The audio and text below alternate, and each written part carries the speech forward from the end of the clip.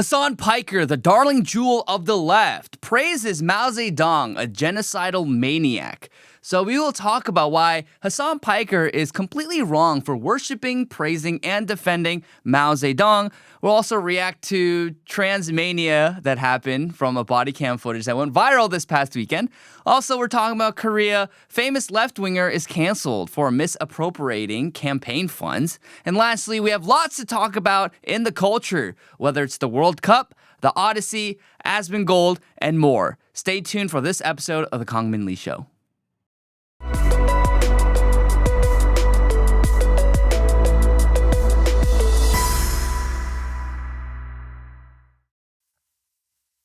Hello and good morning. Welcome back to the Kangmin Lee Show. I am your host, Kangmin Lee. This is where we talk about restoring faith, identity, and civilization from east to west, namely identity. And I think the reason why, again, our culture war, our politics is so contentious is because we are grappling and wrestling through our identity. Who are we? Who are we as a people, as a nation, as a civilization? Who am I as a person?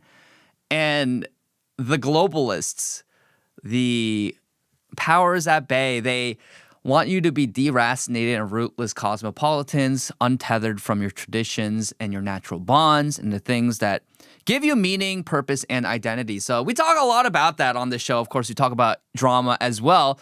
So before we get into all the news that we have to cover, because there's a lot of things to get into, we will discuss, of course, the small little niche internet drama that happened yesterday. Sophie Rain, this very popular e-thought on the internet, prostitute, OnlyFans whore, came after me after I called her out on her sin. So she said this in responding to a meme on X. She said, "This is the most disrespectful post I've ever seen. Please don't use me for mocking someone else's religion with AI." And this is in response to a meme that says, Sophie Rain in a recent interview revealed that she has converted to Islam. She was in tears, asking God for forgiveness for the lifestyle she had lived in past years, hoping that Allah forgives her. And so she said, "This is so disrespectful. Don't use me to disrespect someone's religion and mock someone's religion." And I said in response, "What's more disrespectful is blaspheming the Lord, claiming to be a devout Christian while you prostitute yourself on the internet." And I didn't think she'd see this, but she responded. And she responded to me saying, "There is not one single path to faith, and judging others definitely won't help you become holier than me. Wishing you well. I am sorry that my choices in life are not aligned with your beliefs." And we have a few things to say in response to Sophie Rain on this show. First of all, of course, there is one single path to faith. That is Christianity 101, that Jesus is the way, the truth, and the life. No one goes to the Father except through him. No one gets into heaven except through Jesus Christ. This is John 14:6. This is the fundamentals of Christianity. The exclusivity of Christianity, the gospel, is that we are sinners in need of a savior, and we cannot attain eternal life and eternal glory and joy and peace without Christ, without the finished work of Jesus Christ on that cross and his death, burial, and resurrection. That is the message of Christianity. And that this promise is for all people if they put their faith and trust and hope in Jesus Christ, in the gospel, and in the finished work of Jesus Christ. And that they repent from their sins, they turn away, and then they are born again into a new creation. In Ephesians, it says that we are dead. We were dead in our trespasses. We were sins to our flesh. We were slaves to our flesh. We were slaves to sin. And it is God who redeems us out of that. So of course, there is only one way to heaven, only one way to faith. Notice she says that she doesn't say Christ or heaven, because when she says I'm a Christian, when she says I believe in Jesus Christ, this is all just her virtue signaling and using Christianity as a skin suit and God as an excuse to justify her sinful and terrible and ridiculous behavior. Her sinful, her lustful, her whorish behavior online. So that being said, the Bible is not ambiguous about sexual sin. It warns about sexual sin all over the New Testament and Old Testament. Jesus said himself in Matthew 18 that if you cause any of these little ones to stumble, it is better if you tie a millstone around your neck and drown in the depths of the sea. He's talking about if you cause any young children to stumble in sin. Sophie Rain's whole brand, you have built, Sophie Rain, a multi-million-dollar brand, prostituting your body online, leading millions of young men, young children to lust, and leading multitudes of young women to think that whoring out their own bodies and engaging in sexual sin themselves is a way and the only way to and path to fame, notoriety, and attention and love. So what is the point of claiming to be a Christian if you do not follow Christ's commands? What are you doing? Well, all you're doing is wearing Christianity as a skin suit to justify your whorish behavior. So I'm not your judge, Sophie Rain. God is your judge. I'm judging you righteously. When it says in the Bible, judge not, it's talking about hypocrisy, that we should not look at the speck in another's eye before we take out the log in our own. But to make any sort of decisions, any sort of moral claim, this necessitates judgment. And so, yes, I am judging you righteously, not from a place of self-righteousness, not because I am so much holier than you, but because this is the standard of Christ. And so you cannot claim to have God first in your bio and claim to be a Christian while living an entire life. Your whole brand is in contrary to Christian teaching and the commandments of Christ. So I pray, Sophie Rain, that you turn from your ways, that you repent from your degeneracy and your debauchery, that you stop selling your body online for simps, stop whoring yourself online, and find Christ, log off, and just stop selling yourself online. You don't have to live like that anymore. And that's my message to Sophie Rain. Of course, I don't like to engage too much with these whores online and give them too much attention because I know it only fuels their online persona and fuels their business. But we must call out evil where evil is perpetuated. And you see the comments. There are simps galore saying that I'm more of a hateful person and I'm more problematic for calling out her sin than her sin itself. So we can't live like this anymore. We shall not live like this anymore, where we excuse the behaviors of whores and violent criminals, but then we say that people who call out that behavior are more hateful and destructive to society. No more of that. God will win. Christ wins in the end. Deus Volt. God wills it. We will win. That being said, let's get to our first segment regarding the West on West.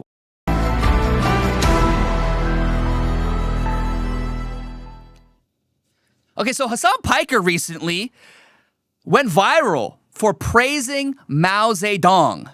Now, we all know that Mao Zedong was not a good man. He was actually a very terrible man. He was an evil, wicked, depraved, genocidal maniac. He's a communist dictator, and he is the worst of the worst. Now, that being said, let's watch what Hasan Piker had to say. Did he actually really defend Mao Zedong, or is it out of context? Let's watch what he had to say right here. I got stopped by a cop who thought I was like making fun of Mao Zedong, which I never would and never will.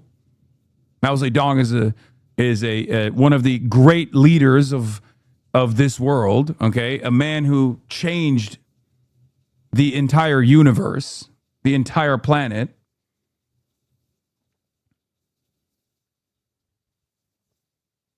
Okay, for real, yes. I mean, there was a lot of fucking excesses, let's be real, but the People's Republic of China would not exist without Mao Zedong. So he defends Mao Zedong and praises him as a great leader, and he said he will never, ever criticize him. And he says, yes, there might be a few things that's problematic about Mao Zedong, but he praises him. This should be a worse offense than praising Hitler. Why? Because Mao Zedong was objectively a worse person than Hitler. Hitler was a genocidal maniac as well. Hitler was not a good person as well. I get the I get how a lot of people on the right are edgy and praising Hitler online is the fun, cool, edgy thing to do. Ha ha, we're going to put some Roman salutes up there. Ha ha, we're going to sing Kanye West's new song. NHH. We're so cool and edgy, bro. It can be funny. It can be, all memes and, I'm not going to counter signal that per se. But the thing is, yes, Hitler was a bad man, but everyone loses their mind on the left and right if you praise Hitler. But Hasan Piker praising Mao Zedong, no one on the left cares. Why? Because they actually agree with it. But this should be worse. This should be a worse offense than praising Hitler. Mao Zedong was worse. He killed more people. He literally did nothing good. At least you can make the argument that Hitler, although he genocided millions of people, at least he was doing it because he cared for, or at least he thought he cared for, the Germans and trying to save Germany post-World War I. Mao Zedong, there is nothing salvageable. There's nothing salvageable of his legacy, and there's nothing that you can justify. Now, I'm going to go through right now what Mao Zedong's legacy is and what he did. Mao Zedong, he slaughtered an estimated 40 to 70 million of his own people during through engineered famine, labor camps, and executions. During the Cultural Revolution, he declared war on China's own civilization, ordering the total destruction of the four olds: old ideas, old culture, old customs, old habits. His Red Guards burned books and historical manuscripts by the millions, banned traditional art, and demolished thousands of temples, monasteries, and shrines across the country. Historians, artists, musicians, writers, and religious leaders were dragged through the streets, publicly humiliated, tortured, and either murdered or driven to suicide simply for refusing to renounce their heritage. The Forbidden City that we see in Beijing today was actually marked for destruction by Mao himself and was only saved at the last minute because Premier Zhou Enlai deployed troops to protect it. Mao's legacy is death, starvation, torture, and the deliberate annihilation of an ancient people's soul and memory. He did nothing positive nor beneficial for China. All he did was unleash civilizational collapse and catastrophe to the likes we've never seen before. China's development and industrialization we see today only came when it moved away from his ideas. Hasan Piker, he respects Mao because this is Mao's legacy. Left-wing ideologues, Hasan Piker, they see Mao not as a warning, but a model. They see him as an inspiration, not a monster. They want the same revolutionary project brought to America. The destruction of America's Christian heritage, the erasure of Western civilization, and the liquidation of anyone who still believes in truth, beauty, goodness, and the idea that America is a real people with a real history worth defending. Hasan Piker, left-wingers, they don't want coexistence. They want year zero. They want you dead. Charlie Kirk was proof of this. They killed him and they celebrated it in the millions. You have to understand this, that this is the goal of the communist. All of that I outlined, the genocide of people who are not obedient and don't pledge loyalty to the party, they want you dead.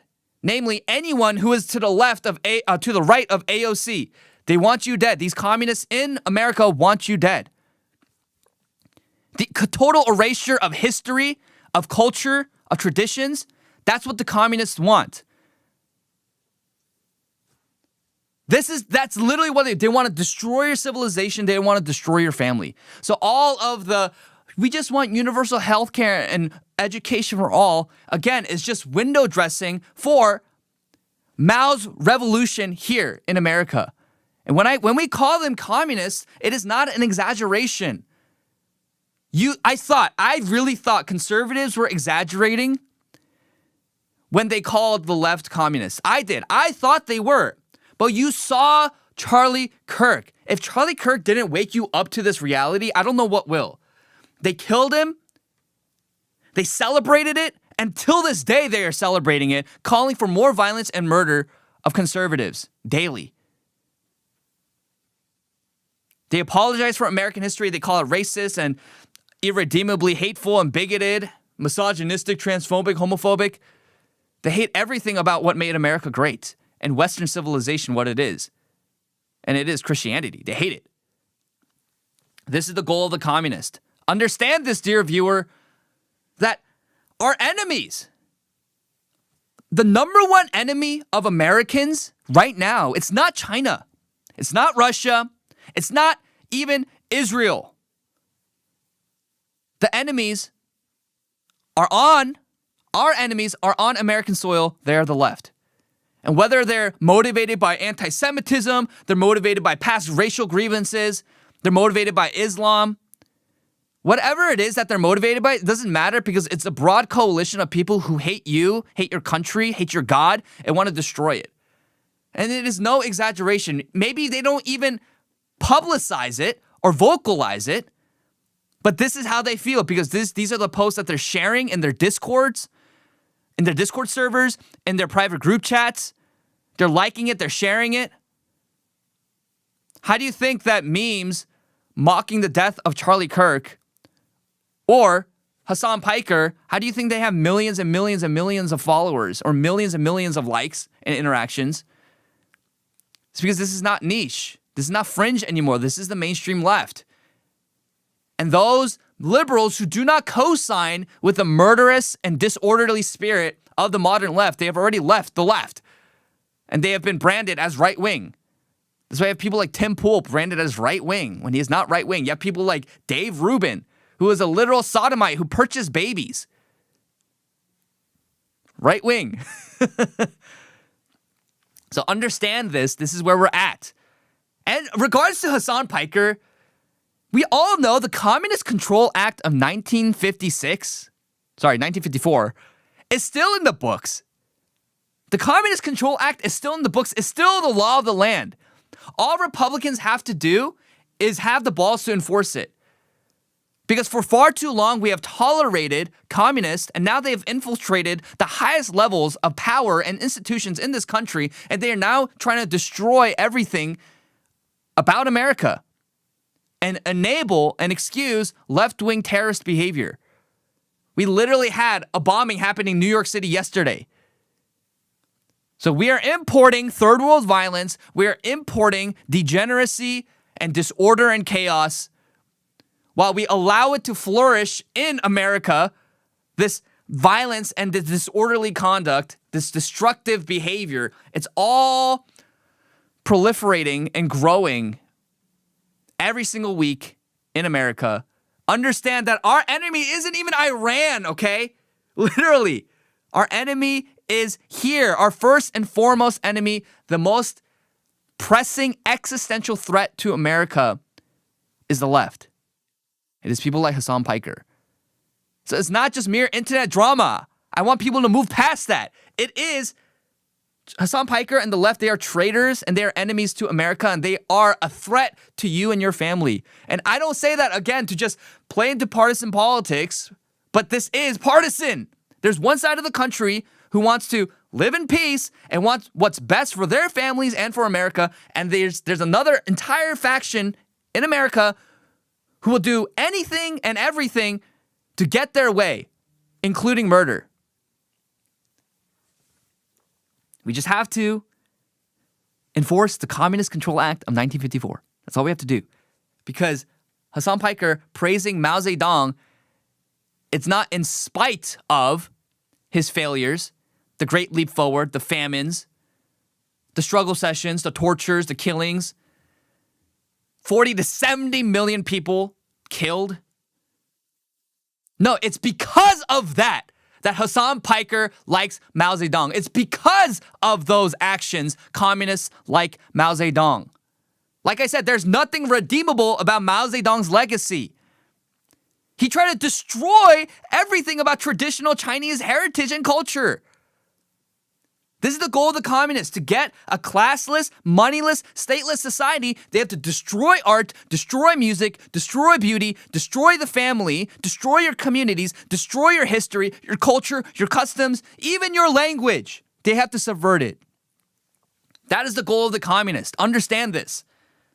Now, look at this chart right here. Mao Zedong was responsible for so many deaths in China that you can see it on a chart of global life expectancy. So global life expectancy is steadily increasing over the past century because of technology, higher standards of living, all great, God bless. And then in 1960, you see a huge dip in life expectancy. Why? Because Mao Zedong murdered 40 to 70 million people. This is how much Mao Zedong killed. How many people he killed? That is an absurd amount of people. Think about a football stadium. Okay, football stadium holds a few tens of thousands of people. You're going to have that multiplied multiple times over to get that number. Think about how astronomical a number that is. Within a few years, literally, Mao Zedong killed tens of millions of people.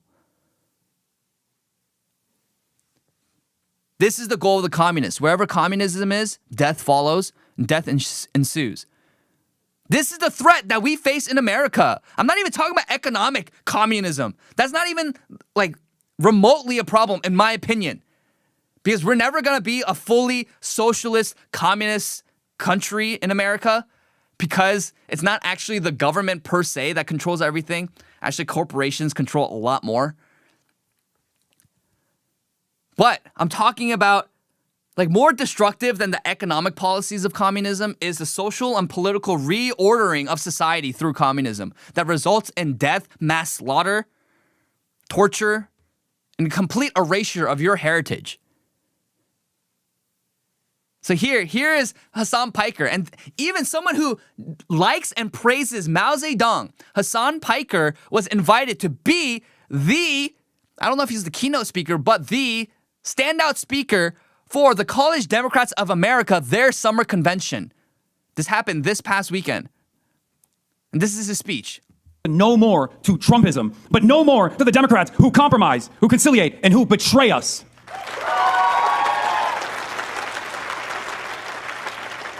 No more to the fascist reactionaries, but no more to the Democrats who will collaborate and cooperate with the fascists, who will fund ICE, who will fund Israel, who will help poison the planet, who will stiff workers and help bosses. We don't need those Democrats anymore. In fact, we have a message. We are coming. We are unbossed. We're unbought. We're unbound. And we will become undeniable. Thank you.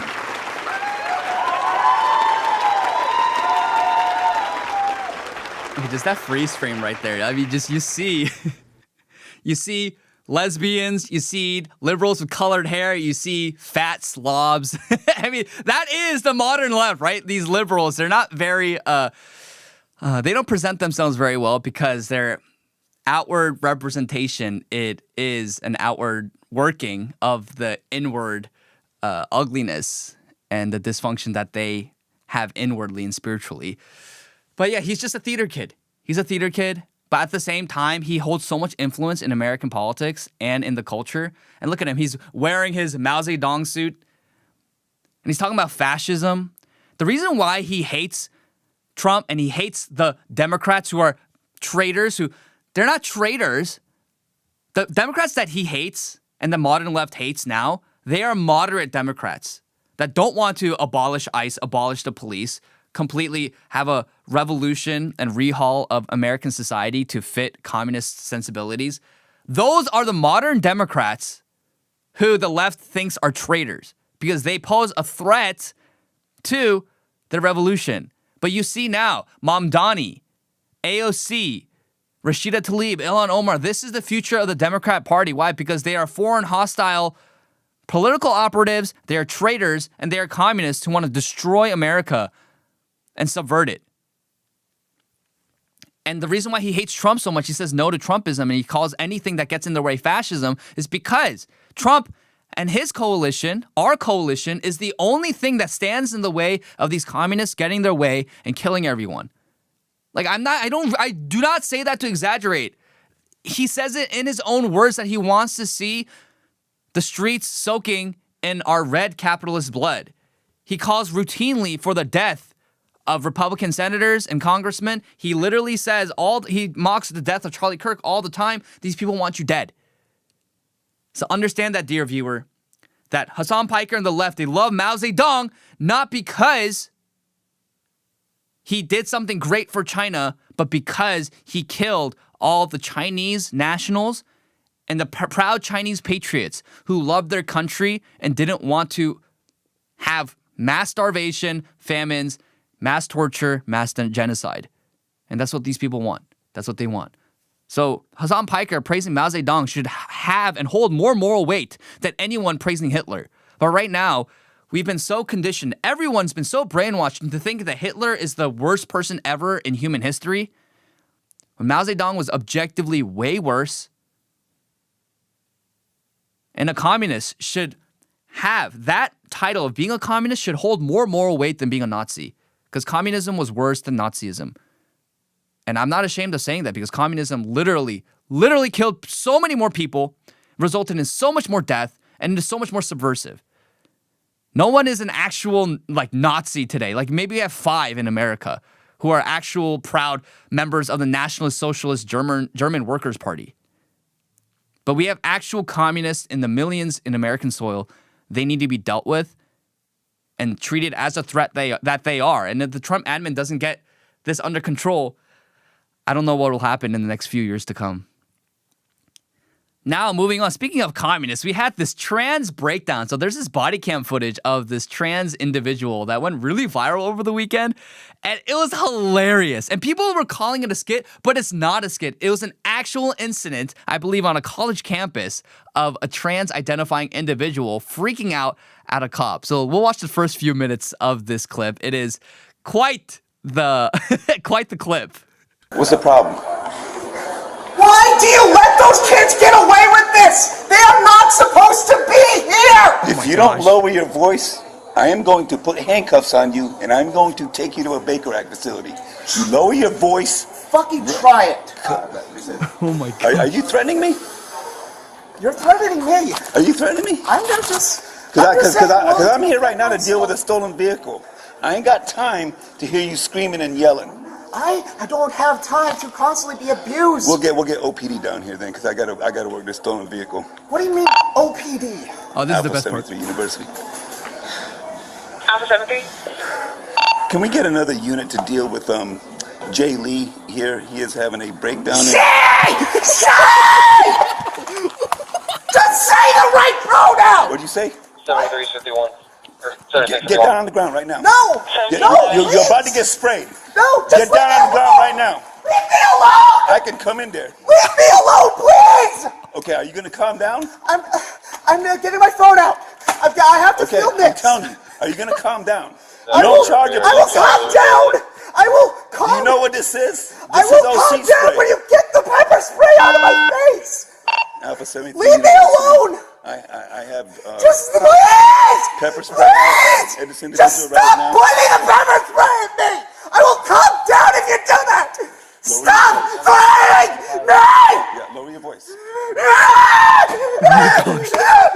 me alone. Leave me alone. Do you want to get tased? I want Do you you wanna to get tased? leave me alone.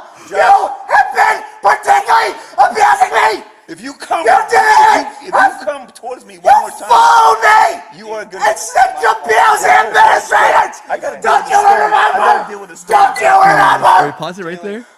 Look at the irony of him freaking out over a room that says mail room. Oh my gosh. And that's just 2 minutes. It goes on for 8 minutes. We won't react to the whole thing, but here's another clip of this individual freaking out and losing their absolute mind. Shame! Shame!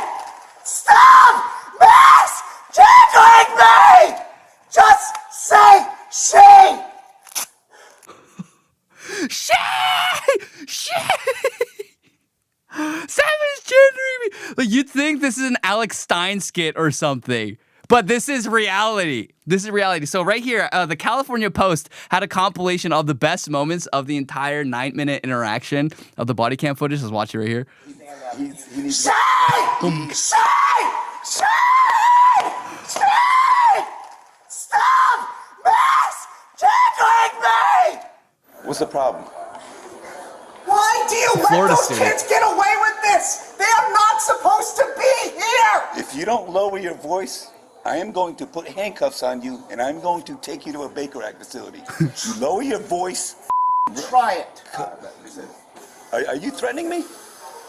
Can we get another unit to deal with Jay Lee here? He is having a breakdown. Say! Say! Just say the right pronoun! What'd you say? my god. 7351. Or Get down on the ground right now. No! You're about to get sprayed. No, Get just down on the ground right now. Leave me alone! I can come in there. Leave me alone, please! Okay, are you gonna calm down? I want to be away from him. No, it's too late now. It's too late now. He's gonna be taken away. Say! It's taken. I just want to get away from him. He needs to Say! get, Say! Stop misgendering me! Just say she! Oh my gosh. 73? Please step in. And this is him getting arrested. Do not push me.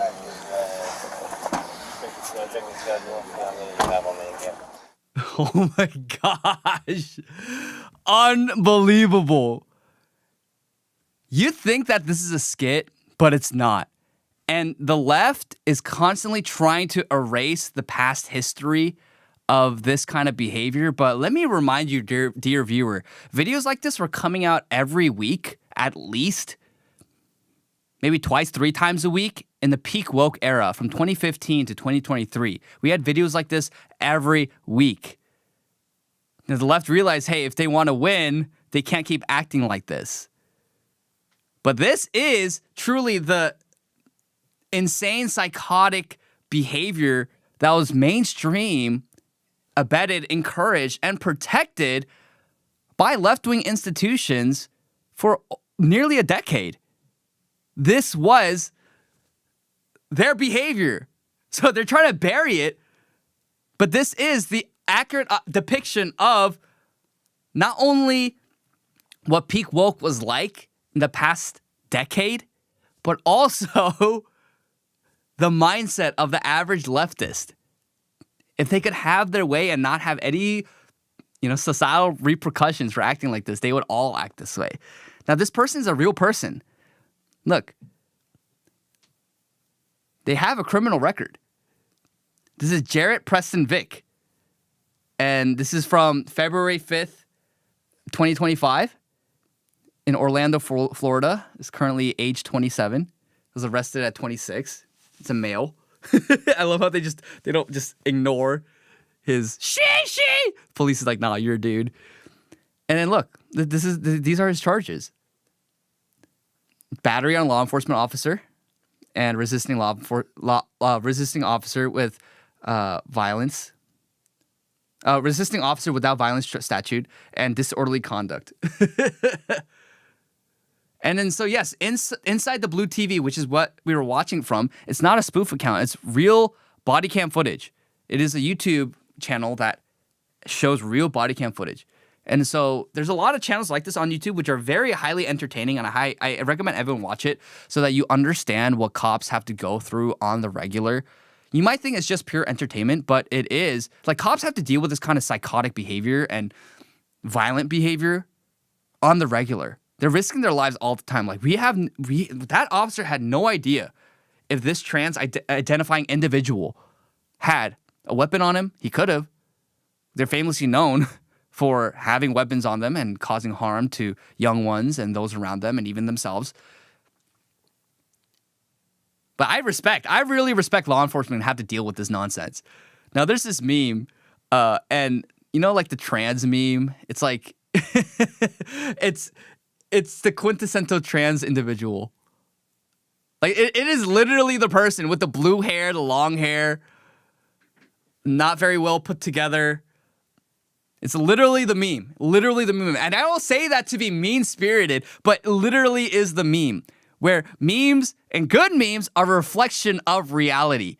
And so a lot of these trans-identifying individuals, especially the male to female cohort of the trans community, they're usually fat, dysgenic, they're slobs, they don't take care of themselves well. And then on their public profile online, they'll have like a picture, they'll call themselves like, oh, I'm Lilith and I'm Margot. And they'll have a cute anime girl be their profile with the trans flag. And then you see them in real life and you see an actual picture of them and they're just like ginormous slobs. Memes reflect reality. And so these people, they are not well-adjusted people. They are maladjusted, dysgenic. I don't even want to say freaks because that's mean, but that's what they truly are. They are demonically possessed and oppressed. And they're just addicted to porn. Like, that's all it is. Like, you trace every single one of these people, how they got started with all this stuff. It's truly from a young age, they're introduced to porn and then they got hooked on it. Their brain chemistry literally gets altered. And then so they need something more extreme. And then it leads to autogynephilia and their fetishes so that they feel more turned on when they dress up as a woman. And that's all it is. And then so they're really not well-adjusted people. They are actually a threat to America and to public life and to public safety. But one thing the conservatives have to realize is that these broken people who are addicted to porn and are erratic and violent, the problem that conservatives had the past decade was just laughing at them and mocking them, but not taking them seriously. And you have to take them seriously. And this is the whole conservative mindset of, oh yeah, like even if they go to college, they'll grow out of it. It's fine.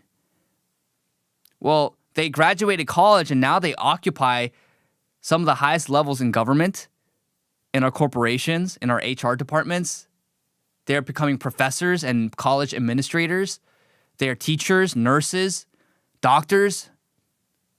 Yeah, these people are not just growing out of it as they hit the real world. They are shaping the real world to their liking.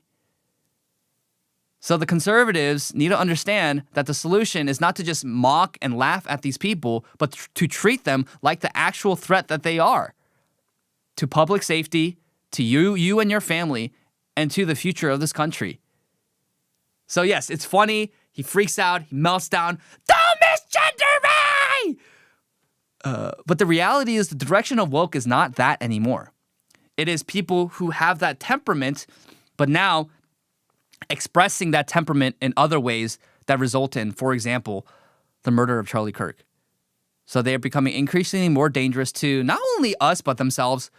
So we have to take them seriously. And the Trump administration needs to crush the left without apology, or else things will get immeasurably worse for America and for our posterity. Now let's move on to what's happening in Korea.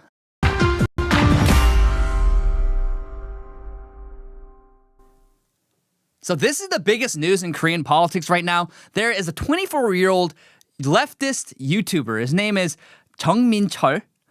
And so a little context behind the story. He's being canceled right now by left-wingers and also right-wingers are mocking him. Why? Well, some context. South Korea's ruling Democratic Party, the DPK, they hold a national convention, which is called the 전당대회, to elect its leader and Supreme Council every 2 years. And now the Supreme Council is the top decision-making body of the party.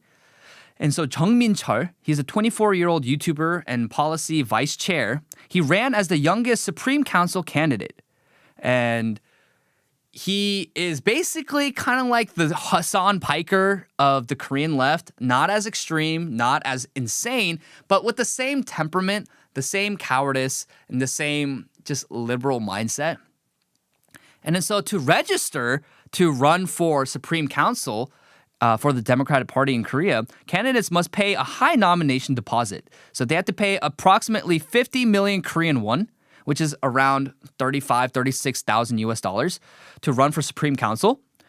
And then so because of that high deposit, Jeong Cheol in a video, he started to cry about the financial barrier and the strict guidelines outlined in the Political Funds Act, which require official channels for donations and to ban personal, easy access donations so that it prevents corruption. It doesn't allow you to access funds and use those funds for your nomination through personal accounts. because obviously you want to curb corruption and things like that. Yeah, he cries about it. But then he was exposed. He was exposed for eliciting illegal donations and funds through personal accounts. And now he's being exposed for that. And so here's him crying. So it's just a few minutes of him explaining what he went through, and he starts crying. 지금 이 유튜브의 슈퍼챗이나 이런 것도 다 나중에 문제가 될 수 있다고 해서 꺼놨습니다. 그리고 지금 이 유튜브 멤버십은 어떻게 될지 몰라서 이것도 선관위랑 확인하고 있는데. 그러니까 그쵸. 이제 선관위에서 저한테 정치자금법을 보는데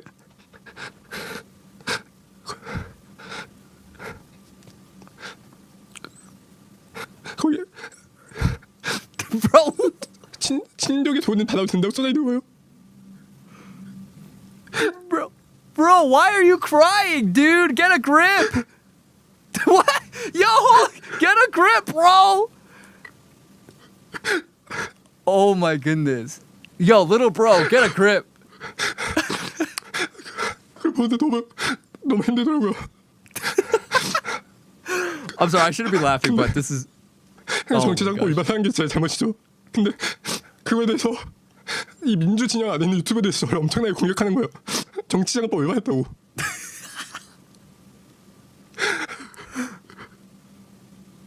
저도 친족한테 돈을 받아서 출마할 수 있으면 이런 문제가 없었을 텐데. 그러지 못해서 어떻게든 나를 응원해 주시는 분들의 후원을 국회의원들처럼 받아서 어떻게 마련해보자고 어떻게든 해보려고 했던 건데 그게 정치자금법 위반이랍니다. Oh my god. 그래서 3분 만에 지웠어요. 3분 만에 지웠고 Alright, we can stop there. 반환하겠다 올렸는데. So he's like complaining and he's like crying and he's like, for what? Like, why are you crying? Like, if your family member passed away, if your wife or children passed away, like, I understand. Like, I think that's fine. You shouldn't mock a man who's going through that loss. But dude, it's just because you're being exposed for violating the Political Funds Act in Korea, and it's like you're not able to elicit illegal donations and funds to run for Supreme Council in the Democratic Party. You're 24. You are literally 24. Most guys your age literally just graduated from college, because you know most Koreans, they go to the military during college. And so military for 2 years and college for 3-4 years. And so they're around like 24 once they're done and going into the workplace. Dude, your life just started. Your adult life basically just started. And you're out here complaining that it's hard for you. And on top of that, he's just completely, I mean, this is from the same live stream. And he's complaining about how now conservatives are saying, hey man, you want to join our side? When are you coming to the right? And he's crying about that, how he feels humiliated and he's sad. Like, watch this clip. Just. 그걸 보는데 너무 힘들더라고요. It's so hard. 근데 정치자금법 위반한 게 제 잘못이죠. 근데 그거에 대해서 이 민주 진영 안에 있는 유튜브에 대해서 저를 엄청나게 공격하는 거예요. 정치자금법 위반했다고.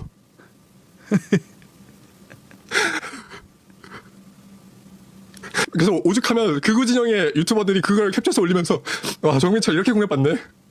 민주진영 안에서 이렇게 공격받네, 정민철이. 야, 보수로 넘어가라 이러는 거예요.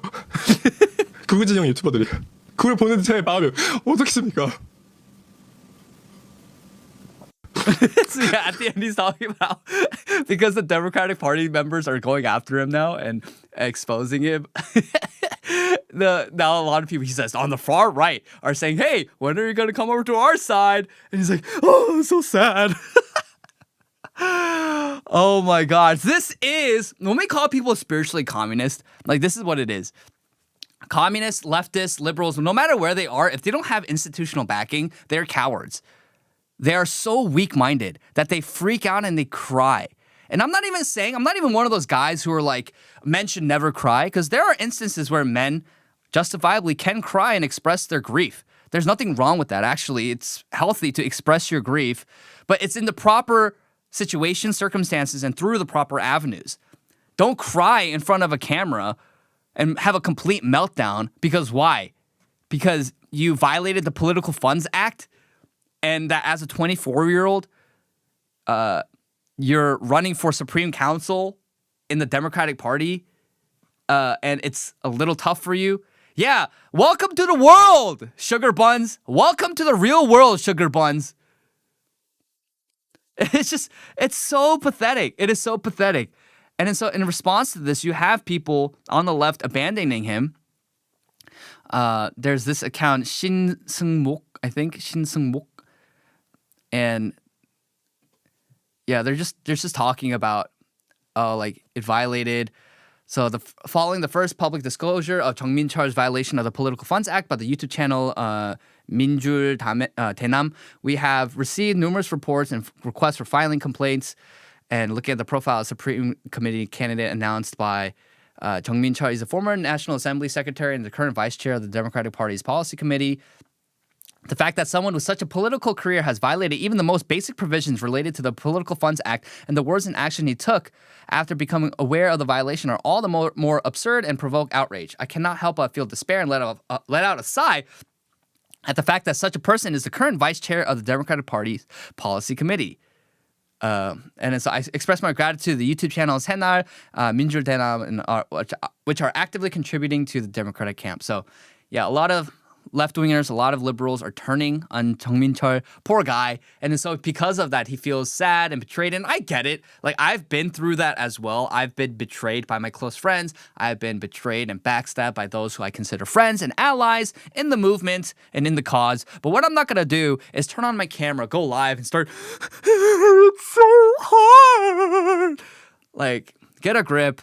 Have a certain degree of stoicism and control over your emotions. Stop being a wimp. It's okay. You'll be fine. Our ancestors went through a lot worse 100 years ago. And just because you have a minor hiccup in your candidacy for Supreme Council of the Democratic Party, like, there's no need to have a meltdown. There's no need to have a meltdown. It's fine. And I get it. Korean online culture is much more vicious than American online culture. If you look at the comments of Koreans online, yeah, they're vicious. So I get that in terms of your mental health. Yes, for sure. But at least in Korea, you don't have the threat of you being shot while you're talking to people in public just because you disagree politically. Like, that threat isn't there because, one, there's no guns in Korea, but two, Koreans aren't as violent and erratic as the American left is. Now, you're going to have insane people in Korea, of course. You had that person who stabbed Lee Jae-myung a year and a half ago. But you don't have to worry about, like, getting shot like a lot of people do, like the healthcare CEO of United Healthcare or Charlie Kirk. And so I don't know what you're scared for. Like, if you're scared for your life, maybe, but there's nothing to be scared about. And on top of that, you have the backing and favoritism of your own president. So this is Lee Jae-myung. President Lee Jae-myung tweeted in response to this controversy. And he says, if you can go up, show that it's Lee Jae-myung. Right here. It's sad that one cannot run for election due to a lack of money, but it also fosters temptations for corruption. One of the key elements of Roh Moo-hyun's political reforms, which everyone acknowledges and which fundamentally changed politics in South Korea, was the introduction of elections without money, namely the public election system. And so when I was the leader of the Democratic Party, I tried to introduce the direct election public system for party positions, but due to counter arguments that it was necessary to prevent a flood of candidates, I significantly reduced the deposit amount. However, in this party leadership election, the deposit has been drastically increased, and especially for young candidates, it's been multiplied several times, making it tough for them, and it's disappointing to hear. As a senior in my youth, endured the bitterness of having no money and overcame the walls of vested interest through countless challenges, I want to help at least promote the support accounts for these young candidates. To build a country that gives hope to young people, the government will do its utmost best. So, this all sounds good. Because, yes, like, we should care for, and the elected officials should care for the young people and the next generation. Like, they should be a good leader for all people, sure, but you have to first and foremost do good unto and take care of the next generation of citizens. This is why America is so unbelievably corrupt, because they sell out the next generation, especially boomers. They sell out the inheritance of the next generation of Americans, of Gen Z and Gen Alpha citizens in America, so that they can fund their own lavish lifestyles and enrich themselves. So, yes, like, of course, you're going to have a lot of resentment, and a lot of people aren't going to like that. So this is why, broadly speaking, Lee Jae-myung has done well in the first year of candidacy and his presidency, because he has always catered towards young people. and he's been effective in doing so. Now, a lot of people are seeing through the lies and seeing through the corruption these days, and so a lot of the young folks are turning on him now. But yes, on first glance, it seems good. But this is just window dressing. This is just pretty language and flowery language to say, actually, corruption is okay when we do it. Like he doesn't even call out the corruption or like the blatant violation of the Political Funds Act. All he does is say, the barrier to entry is too high for young candidates. And so this increases temptation. And so therefore we must lower the cost of entry. It's like, bro, like, what? So it's literally him saying it's okay when we cheat. It's okay when we break the rules because we're liberals and we can get away with it. And this is what conservatives need to understand, that like you cannot play by fairness and by the rules. Because why? Because the left isn't playing by those same rules. Sorry, my earpiece is like bothering me right now. You cannot play by the rules because the left, they're not going to play by the rules. So I'm not saying live with, be dishonest and conniving and deceitful, because that's sinful. I'm not saying do that. But don't arbitrarily stick to these abstract principles and rules that you created for yourself. The objective needs to be to win. And then when you win and you have political power, then you can enforce a certain degree of fairness in the political system and in your elections. But you see here that Lee Jae-myung doesn't care about fairness. He doesn't care about equal application of the law. And we know that already through all the controversies we've covered extensively on this program. So whether you're a Korean, whether you're an American, whether you're a global citizen, not global citizen, I hate that word. Whatever you're a citizen of another country watching this broadcast, you have to understand that liberals do not play by the rules. So if you continue to play by the rules that liberals are not playing, yeah, you're going to lose every single time because they will lie, cheat, and steal to achieve what they want to do and achieve their end goals. We can't play by the rules of a game that the left is not playing.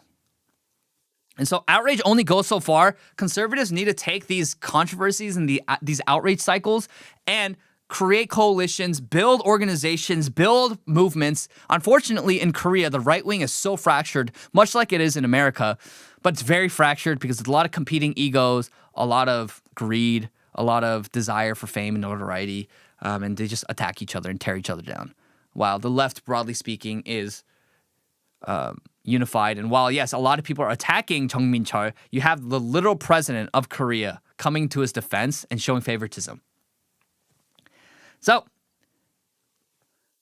learn, dear viewer, that politics is messy, it's ugly, and you're going to have to get your hands dirty. And I'm not saying be violent, be conniving, don't be deceitful, don't sin. But what I am saying is that sometimes you're going to have to get your hands dirty, not in the sense of, again, not violence or corruption, but to do things that make people uncomfortable and may not be optical for every single public person and the general public, and it's maybe not digestible for the average person, but you're going to have to do certain things to get things done to win and attain power and effectuate change in society.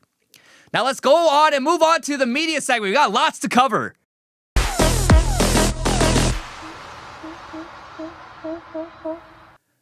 Of course, the World Cup just happened. It just ended on Sunday. Congratulations to Spain for winning over Argentina 1-0. Now, one thing I want to mention is the halftime show. I enjoyed it. A lot of people were saying this is such a desecration of the sport. And I'm like, shut up, man.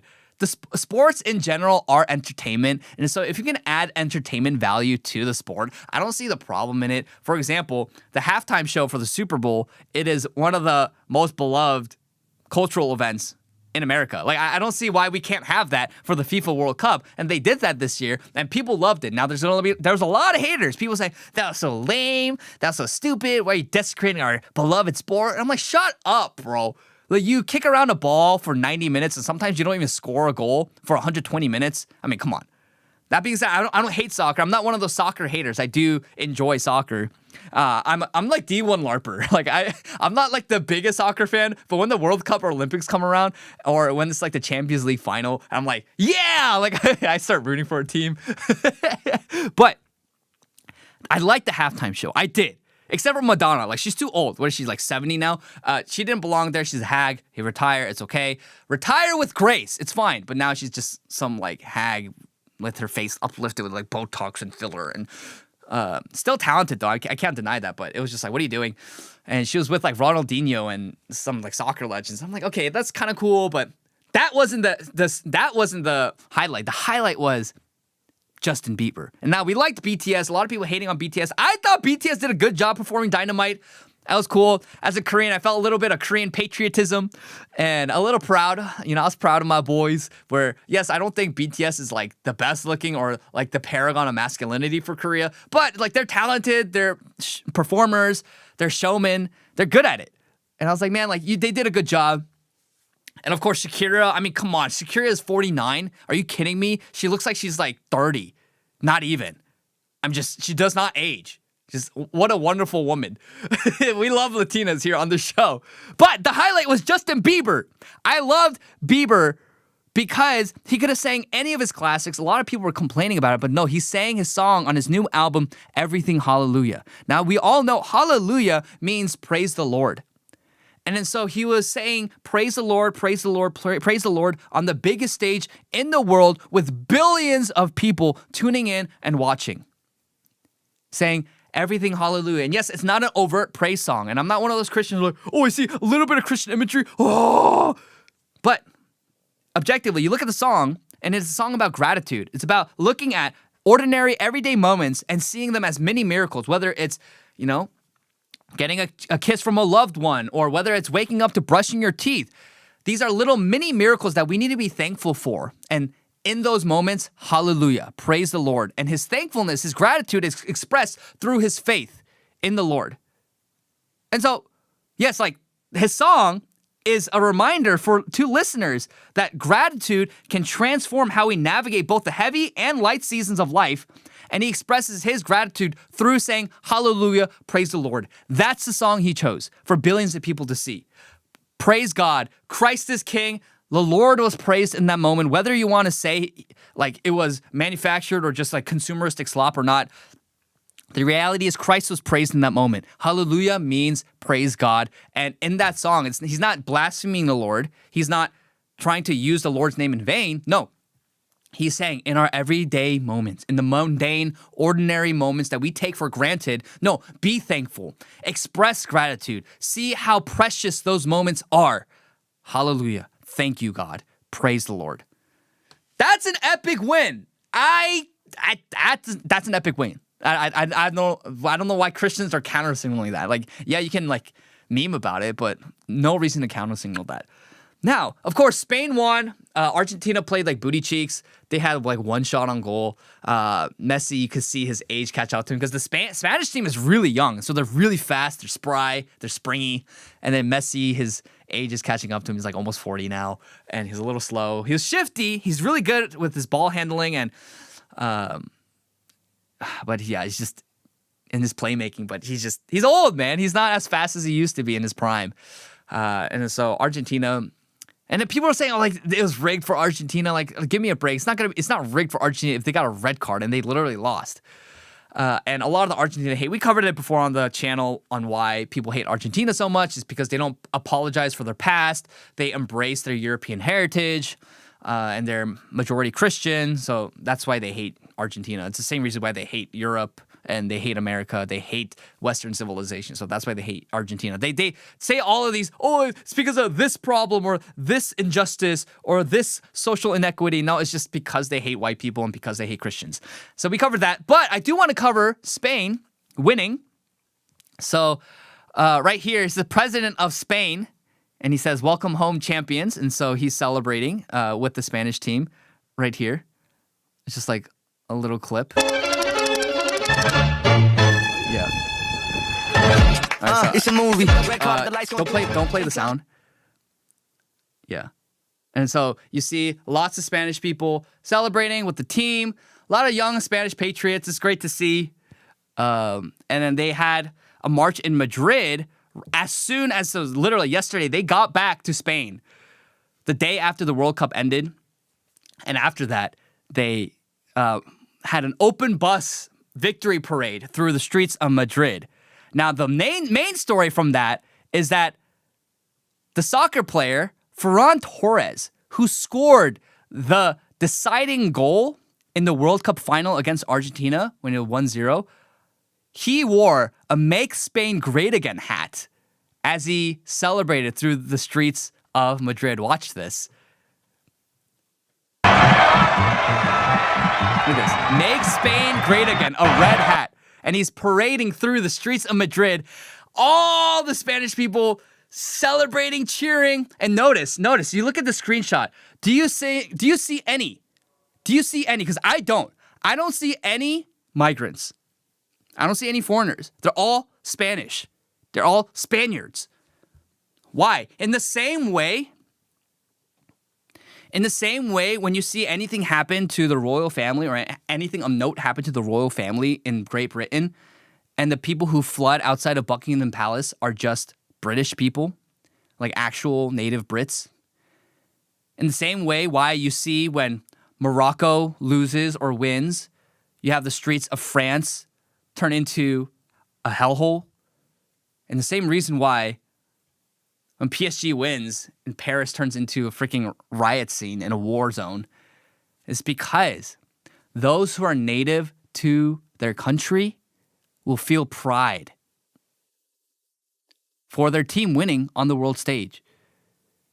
A lot of people are talking about this, and I was talking to a lot of my friends and family about this, that France, yes, like they might be as a team and individually good soccer players, but because the majority of the team are not Frenchmen, they are North African or Sub-Saharan African. They do not descend from French lineage. They are not French people. They might be born in France or maybe raised in France, maybe speak a little French. Yeah, these people will not fight for France because they don't have a natural attachment to the land and the people of France. They play for vainglory. They play for personal attainment, but they're not playing for their country. And so you look at the streets, you look at people like Ferran Torres, patriot. He loves Spain. He wants Spain to be great again. He doesn't want it to be flooded with third world migrants. And this is what you have to understand, that the World Cup as a whole, you have to understand it through the lens of identity. You cannot just see it as pure entertainment. Because why? Because it is political. Why? All these, countries, dozens of countries are coming together to compete at the highest levels of soccer, which is arguably the number one sport in the world, the most watched and played sport in the world. And so the people who play for your country are a representation of the best in your country. They are representatives of your country. And so when you have foreigners representing your country on the world stage, on the biggest world stage for sports, like what does that say about your national identity? And those things all matter.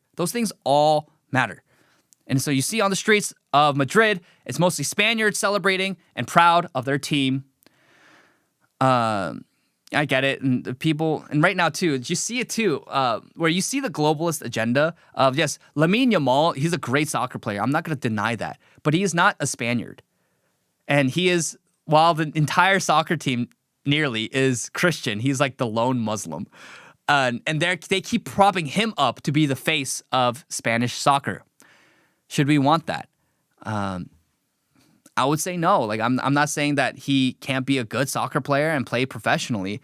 But what I am saying is that should he be the representative of Spain if he's not of Spanish lineage? People will say it's hateful, but I don't think so. In the same way, Norwegians should not flood into Korea and then be the representatives of Korea on the world stage.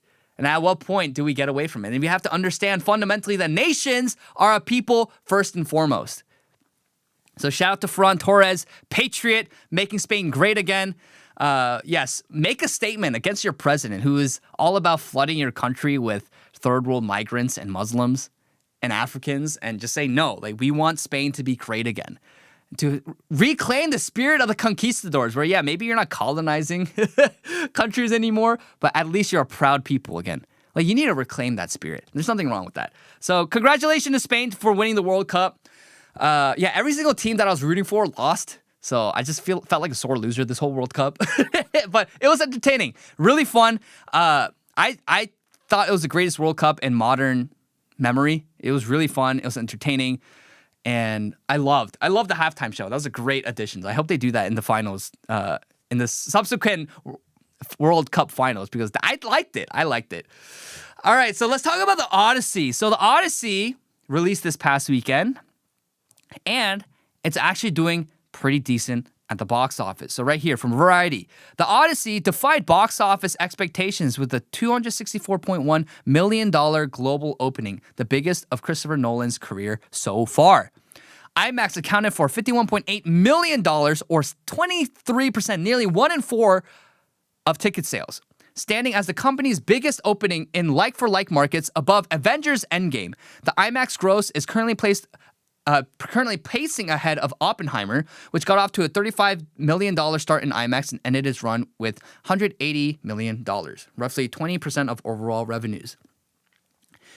If you don't see the Odyssey in IMAX, you aren't seeing it in the way that Christopher Nolan intended, the company's CEO Richard Gelfond told Variety after opening weekend. Now, yes, the Odyssey is doing good. And I know there's a lot of speculation right now of them buying fake tickets and selling out theaters. I think that's anecdotal. I don't know how much is happening on a mass scale, but even in my local theaters, I try to watch it in IMAX, or I wanted to see if I could watch it in IMAX this week. And yeah, every single time slot, whether it's in the morning, afternoon, evening, late night, all of them in IMAX, they're all nearly sold out. So people are going to watch it. Now, yeah, there might be some anecdotes of strange things happening, but overall, it doesn't matter. They're still grossed $260 million. It's the biggest of Christopher Nolan's career. Now, yes, because of inflation, because of new markets, like that number is a little different. There's a little more context here. From here, Aesthetica says here, over 10 million less people went to see the Odyssey in theaters on opening weekend than to see Nolan's Dark Knight movies, which were both very good. Deadpool and Wolverine, another R-rated movie, also had 10 million more people to see it just 2 years ago. The propaganda propping up the Odyssey is falling apart. I don't think so. Where, yes, less people went to see it opening weekend, but it's still making money. So, right here, yeah, estimated bodies. And then these are domestic opening price. Domestic. So the opening weekend this weekend also accounts for international viewers, but domestically, his The Dark Knight Rises, Deadpool and Wolverine, Barbie, Toy Story 5, Super Mario Galaxy movie actually grossed more domestically than the Odyssey. And that kind of makes sense. Because why? Because the Odyssey is very contentious here. But international audiences don't actually care so much about American cultural issues. They just want to see a good movie. And Christopher Nolan has solidified himself as the quote-unquote best Hollywood director today in modern Hollywood. And I always say this. I've said this publicly. I think Christopher Nolan's overrated. I think he's pretentious. I think he tries so hard to be a smart person that what results is a convoluted mess of a film. The best films are simple but profound. And they tell a good story with timeless messages and timeless themes, with a solid narrative structure, with a good plot, with compelling characters, good writing, good acting, of course, good practical effects, set design. All those things contribute to a good film.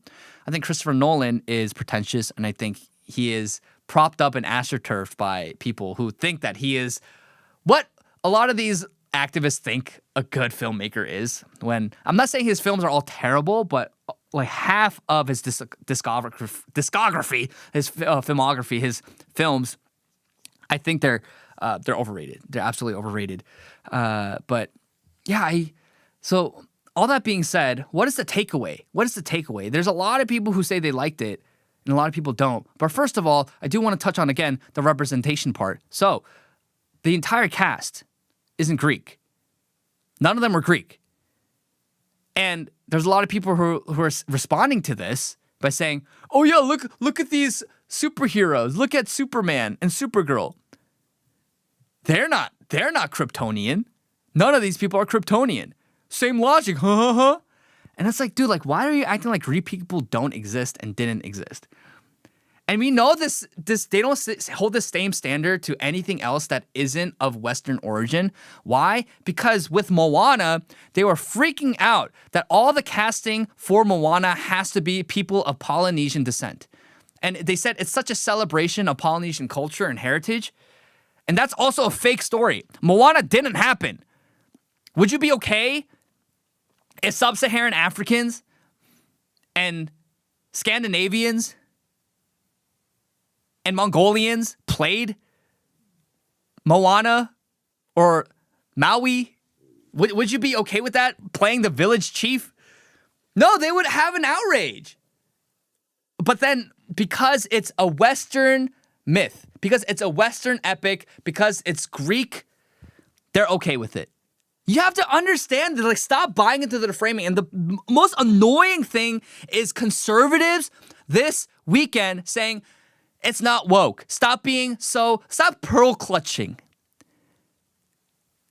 And literally, they buy into the frame of the left. They buy into the liberal framework of, it's just a little bit. Elliot Page was there for 5 minutes. Lupita Nyong'o was there only for 3 minutes. Stop being a drama queen. It doesn't affect the overall film. Who cares about skin color? You're so superficial. Why do you care about skin color representation? Oh, are you just a leftist? If you just care about skin color representation, then oh yeah, you're just like the left we're fighting against. They literally give credence and leeway to the left. Ben Shapiro, literally, he gave the Odyssey a 9 out of 10. He said it was a fantastic film. And he says it doesn't matter that Greek representation was there because who cares? It's a fake story. And like Greek people aren't white. They're not European. Watch this. The short clip. And you can watch the full review, but it's nonsense. It doesn't take me out of the film that there's a multiracial cast. If you want to make a case everybody needs to be Greek to be authentic, I think you can make that case. If you want to make a case everybody has to be white, I think that is a lesser case because white people and Greek are not quite the same thing. So the multi-ethnic cast doesn't take him out of the film. Of course it does. Of course it does. A 3,000-year-old Greek epic having, again, yes, or maybe he encountered Ethiopians in the beginning of the Odyssey. Odysseus did. Yeah, sure. In that role, fine. Have some Ethiopians. But then to have a black woman who's not even the most beautiful black woman. There's tons of beautiful black women you could have chosen from, by the way. But instead of choosing a fair-skinned, golden-haired woman to play Helen of Troy, which is how she's depicted in the Odyssey, no. Picks a black woman. Of course that's going to take you out of the film. But Ben Shapiro, like, something tells me actually that if Jewish stories or Jewish myths were disrespected or race-swapped or trans-swapped, yeah, something tells me that Ben Shapiro would have gone to war with Christopher Nolan and had a complete meltdown. But because it's Greek mythology, because it's Western stories that are being desecrated, no. Who cares? Why do you care so much about skin color, gang? It doesn't take me out of the story. Yeah, you think that Greek people are white? No, they're not. Yeah, like maybe you can make the argument that a lot of Greek people are swarmy, but for most of Greek history and also in Greek mythology, yes, they were by all accounts white. They're European. They are Europeans. That's what white just means. White just means European. That's why they see Russians as white. Why? Because they're Eastern Europeans. But I know they're in Asia technically, but they're Europeans. Can you imagine? I know this sounds maybe sounds terrible, but like if you had, like, maybe this is not a good analogy because Anne Frank was historical, but like the Diary of Anne Frank, you make a movie and you make Anne Frank black, or you make Anne Frank trans. You think Ben Shapiro would be like, who cares about skin color, gang? No. Because it's identity politics for me, but no for thee. Or what a better example, Schindler's List, okay? Schindler's List. Schindler's List is, you know, a historical fiction story. And I actually liked the movie. I thought it was really good. Liam Neeson did a great job. But imagine if you had, let's say you had, I don't know, Chadwick Boseman, Like, play the role instead of Liam Neeson. Rest in peace, Chadwick Boseman. But had him play instead of Liam Neeson. You think that Ben Shapiro would be, oh yeah, let's just skin color, gang. Who cares? If you had a bunch of, Arabs, or maybe that's kind of like similar to Jewish ancestry because they're like Middle East, but like let's say a bunch of Koreans, okay? If we had a bunch of Koreans, little Korean children play Jewish children in these concentration camps in Schindler's List, would you think he'd be okay with that? No, because it's literally identity politics for me. I can be proud of my Jewish heritage and respect Jewish heritage, but you as a European, you're not allowed to. And I'm not trying to counter-signal Ben. I've met him before. He's actually a very polite, cordial person. But we have to call out the stupidity of just bending over backwards and saying, and accepting the framing and the arguments of the left and saying, oh yeah, like who cares about skin color? You're just freaking out. Who cares about trans people being shoved into the most epic, foundational Greek mythological story of all time that literally is the archetype of the hero's journey? That's where he comes from. Oh yeah, who cares? Why are you such a nut job? Why do you care so much? Yeah, Dave Rubin here too as well, talking about how much he loved Christopher Nolan's The Odyssey and how it's a masterpiece. I'm going to just address this for 1 minute. I'm not going to give you any spoilers or anything, but if you do not want to hear anything about anything, you might want to mute for the next 60 seconds. But I'm not going to give any spoilers. I'm not going to say a word about the plot. I want to talk a little bit for a moment about the narrative around it, because, we covered, and everybody online was covering that there was going to be all this wokeness in the movie, and the admittedly odd casting of Elliot Page, who was Ellen Page, a beautiful young girl who Nolan had worked with in Inception, and she was in X-Men and a bunch of stuff. And then Lupita Nyong'o was in it, which was obviously miscast because the chances that back then, 3,000 plus years ago, although it is a fictitious story, that there would have been a black woman, there was all this stuff. And everybody, and what I said last week when we covered it was, you know what, I'm not going to get pre-outraged. I was curious about some of the casting for sure. And as it comes to anything that comes out of Hollywood, I'm always worried about the wokeness stuff. But I was like, I just didn't want to prejudge it. I just want to say one quick thing about the movie. It was spectacular. It really, I tweeted it was a masterpiece. I tweeted it was an absolute masterpiece. The responses were psychotic. If you go on Twitter and look at the responses to that tweet, psychotic. And I don't know if, people were like, did you get, who bought you out? Who paid you to say this and everything? I don't know. I went to a movie with a couple friends. And then I had a thought about the movie. But I will just say this quick. If your argument is that it wasn't a perfect adaptation of the 3,000-year-old story, the Odyssey, right, by Homer, right, then look, I read it when I was in high school. I don't even fully remember the story. It's I think 24 different poems that were within to create the whole story. We can cut if your argument is that it wasn't, he's just yapping now. And yeah, and so a lot of people a lot of leftists are using Ben Shapiro and Dave Rubin to say, look, even right-wingers like the Odyssey. All the people complaining about wokeness in this film, you guys are just miserable chuds who don't know how to enjoy anything good in life. And this is the problem. This is the problem with principled conservatives. That they literally give ammo and ammunition to the left constantly. And when push comes to shove, they will side with the left. That's what these principled conservatives do. Like, I don't know. That's why also these principled conservatives go after J.D. Vance. Because J.D. Vance is one of the actual, good guys, I would say, in politics who understands the issues for the right wing in America. Yeah, but they go after him. Remember, famously, Ben Shapiro said, I don't care about the browning of America. Skin color doesn't matter. I don't care about skin color. Why do you care so much about skin color? Why are you so superficial? And we've covered extensively on this program that it's not just skin color. Who we are genetically is a part of the heritage, and our genealogy, our ancestry is part of who we are. Is part of our identity. This is why if someone looks at me, they will know that I'm Korean, or at least from the Far East, and I come from that area for thousands of years because that's what I look like.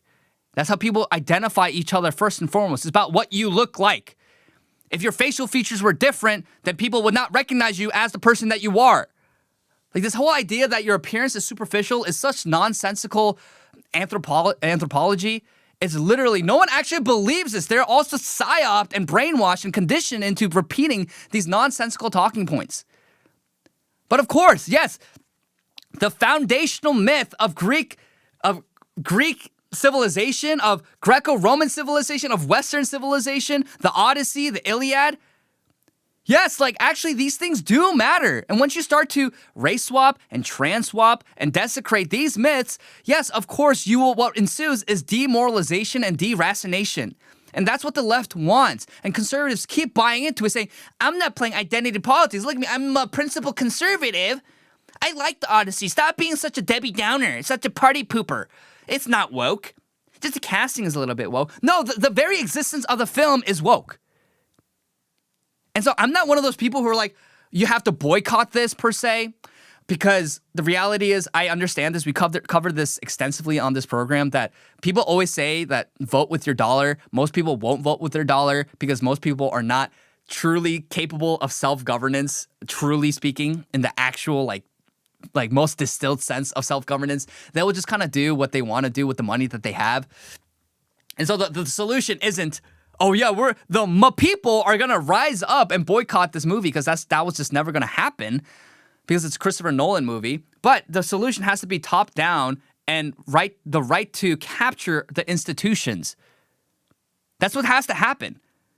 So, but that being said, it's like, dude, like, I'm not even like mad at people for watching it. I'm not even, because it's like people, you have to review it. You have to give your thoughts on it as a commentator. I get that. But what I am mad about is that people watch it and then conservatives give it raving reviews. Because why? I'm a principled conservative. I don't try to see politics in everything. It's like, oh my gosh, dude. Like, you're the reason why we lose. You're the reason why we lose. We can't protect anything. And you have to understand how powerful stories are. Stories are more powerful than debates and logic.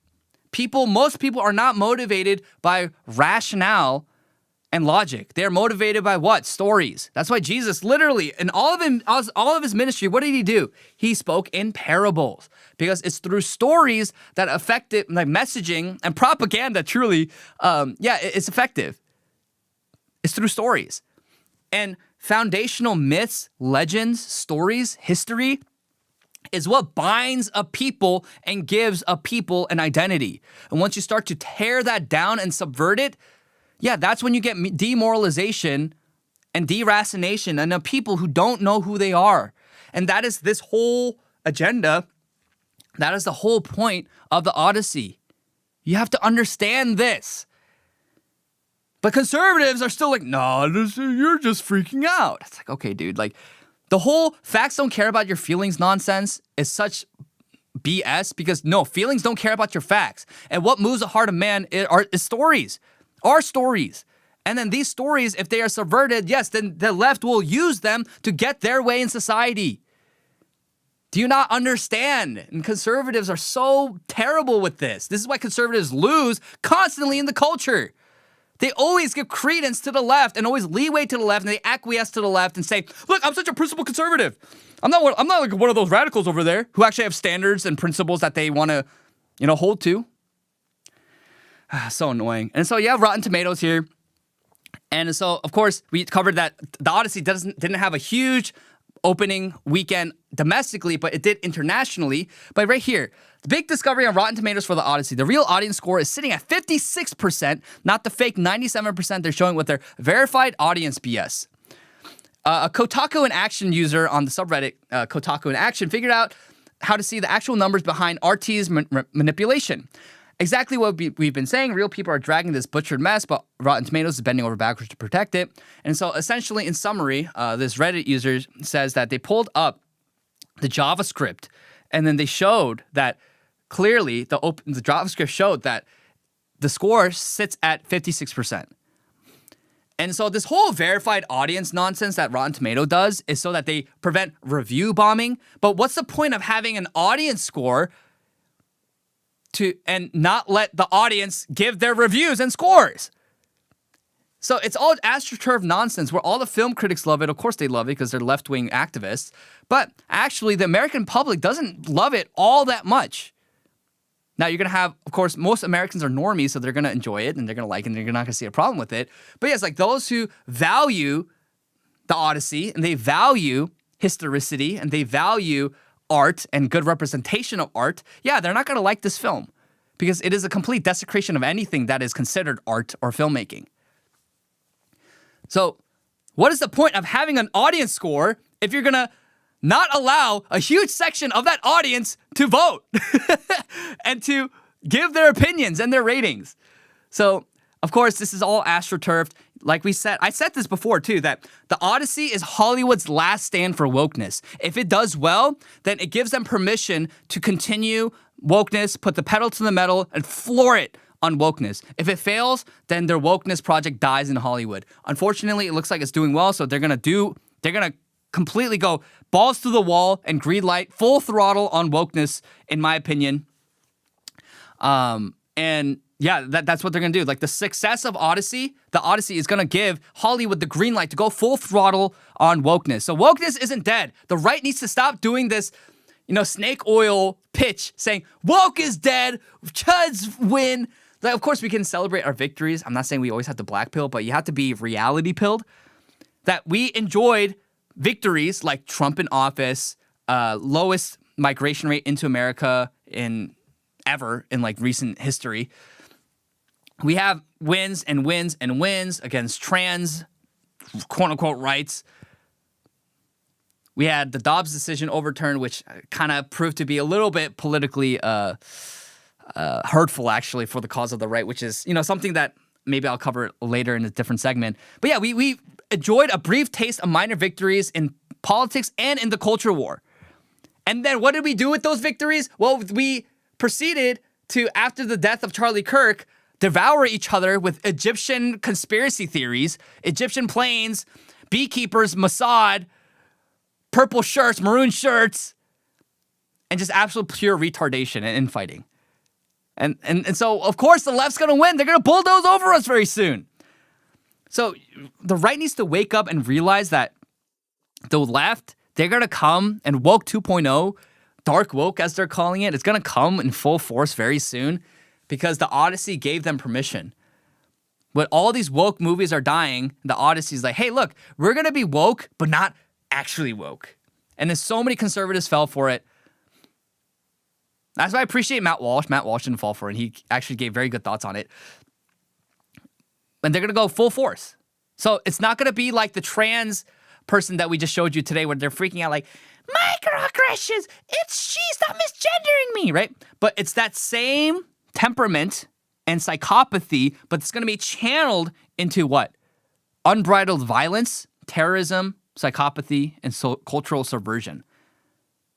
So understand that this dark woke is gonna be truly an existential, civilizational, even like our lives will be on the line. There will be a threat to all of us. And if the Trump admin doesn't do anything in the next 2 years, yeah, we're kind of screwed, I think. I think we're in for a really, really dark next few years. So politically, we have to win. We have to crack down on illegals and foreigners. America has to get the SAVE Act passed. They have to get the cultural institutions under control. And here's the thing. I mentioned this earlier, but the average person and the international viewer, they see AstroTurf prestige and they eat slop, do not question, consume product like told, okay? So that's how the average person functions. They defer to whatever they deem to be prestigious and have name recognition. Anything that they deem to have legitimacy in the culture and in politics, that's who they defer to. So unless the right takes over institutions that hold prestige, name recognition, and legitimacy in the eyes of the general public, yeah, the right will continue to lose. I'm sorry, they will. Because Hollywood still controls so much of our culture. As much as you want to think that they don't, they do. Even you look at, I think this is actually a perfect example. Look at iShowSpeed. iShowSpeed is a streamer, and you might think, oh, he's independent, he's doing his own thing. Well, how did he get even bigger? It's through institutional approval and elevation. He performed at the FIFA World Cup final on Sunday. The FIFA World Cup, FIFA as a general body, it is a very strong global institutional power, culturally and even politically. You think about who gets propped up, especially these streamers, right? They do collaborations with K-pop groups from official agencies. They do collaborations with actors, celebrities. Yeah, that's what gives these streamers and these organic content creators legitimacy. It is if they have the validation of established institutions. And so if the right doesn't take it over or create new institutions that have prestige or name recognition, yeah, we're not going to win. So the alternative, we shouldn't be so obsessed about creating alternatives. We should be obsessed as the right of taking back the institutions that we built. That's the end goal, and that should be the end goal. So to those conservatives who say, oh, you're just freaking out about race swap and you just care about skin color so much. No, like, you shouldn't take foundational Western civilizational myths and be okay with the subversion of them and pretending that it's for everyone and anyone. So anyone from any background should be able to play and participate in these legends and these myths. They're not for everyone. They are for the West. And those who are not of the West, they can enjoy them. But to try to universalize it for everyone and to gaslight everyone that skin color doesn't matter. Oh yeah, your ethnic origin, your ancestry doesn't matter. Yeah, we're sick of it. We're sick of it. No more. No more! So the Odyssey is going to win, but the right needs to understand how to move forward. And I think most normie conservatives don't. So not the black pill, but we have to be good on the issues, I hope. So I'm not saying don't watch the Odyssey. What I am saying is, yeah, we have to understand how to navigate this properly moving forward. Okay, so Avengers Doomsday, the trailer came out yesterday, and I want to touch on that really quickly. We won't watch it because of copyright reasons, but if you watch it, it is literally just nostalgia bait. It's just nostalgia bait. Like, look at these heroes. It's just Infinity War without all of Phase 4, right? Like, so look at these absolute NPCs. All these characters in one row is so epic. I love the MCU. Right? So you have the Fantastic Four here now. You have Ant-Man. You have fake Captain America. You have Thor. You have a Black Widow, Florence Pugh playing her. I don't know who else those are. They're probably people from Phase 4, which I don't know. But yeah, it's funny because the MCU said, yeah, we're actually going to scrap everything from Phase 4 and all our failures, and we're just going to leave off basically after Endgame. Basically, yeah. It's just nostalgia bait. They're so desperate. That's why they're bringing back people and characters that were long gone or weren't part of the MCU, and they're introducing them. Like, look at this, like Mystique in Avengers Doomsday playing Black Widow. She just looks awful. Looks awful. Completely I mean, can we just get like Jennifer Lawrence to play Mystique again? That was a lot better.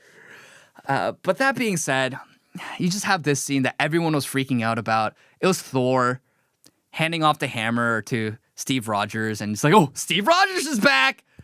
It's like, with Chris Evans, and I'm like, dude, what else is there to say? The scene is meaningless, and it makes Steve Rogers' past decisions meaningless. And that's the problem with the MCU, their extended universe, where they introduced time travel to be the solution for Endgame, and now they made time travel canon, at least in the MCU, so that you can just go back in time or just mess with time, so that why? So then your decisions have no weight, have no stakes.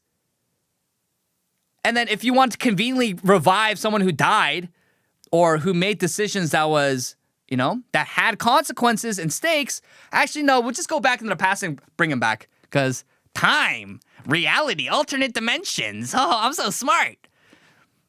Like, everything that they do becomes meaningless now. Everything that happened in the MCU, everything that happened in Endgame and Infinity War and all of the MCU becomes meaningless. And it just becomes slop for NPCs to consume.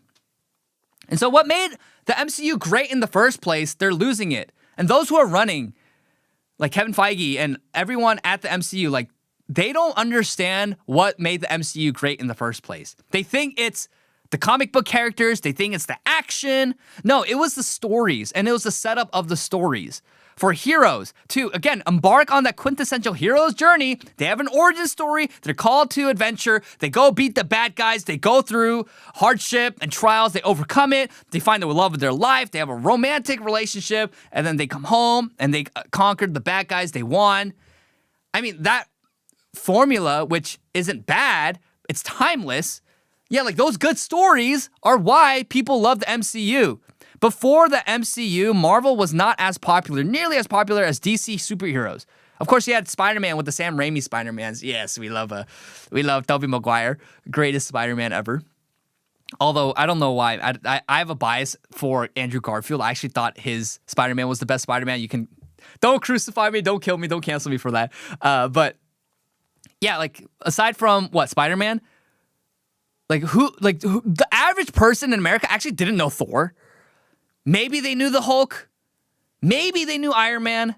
But most people before the MCU, all they really knew and the zeitgeist in terms of superheroes was what? Superman, Batman, Green Lantern, Cyborg. Remember Teen Titans? But because of the MCU, Marvel became famous. Where the normie didn't know anything about Marvel, now they do. Why? Because they were good films. Maybe not the best films in history, but they were good films with good stories and compelling characters, great acting, good writing. That's why, like, you look at all of these old school OG Captain America, Iron Man movies, like, they're freaking right-wing as heck, actually. But they're awesome. You have Iron Man going around killing terrorists. You have Captain America, like, going against and bucking against oligarchical, globalist, tyrannical powers. Yeah, heck yeah, super right-wing, bro.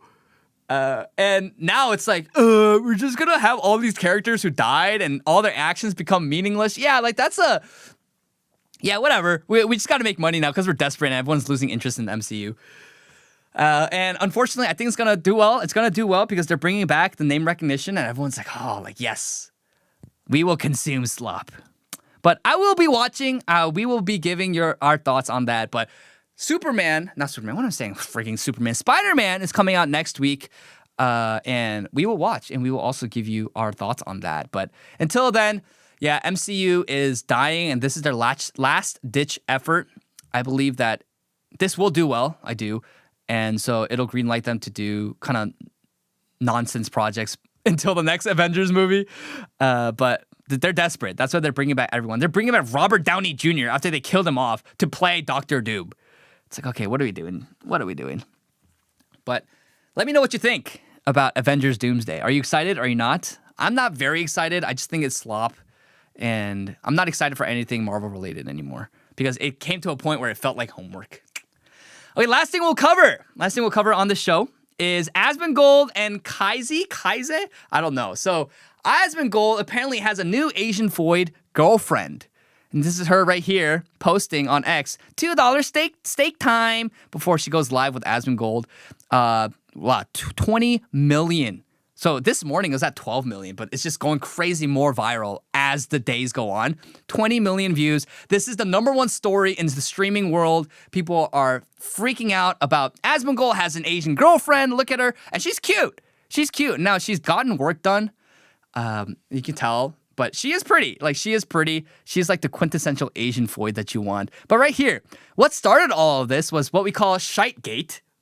And she was just kind of like, she popped out of nowhere in Asmongold's room. And she's like, why does your toilet look like that? So watch this clip. This is what started it all last week. You want to get the one, not that one. That's a piece of shit. That's the good one. This one? Yeah, that's the good one. And this is him playing Power World.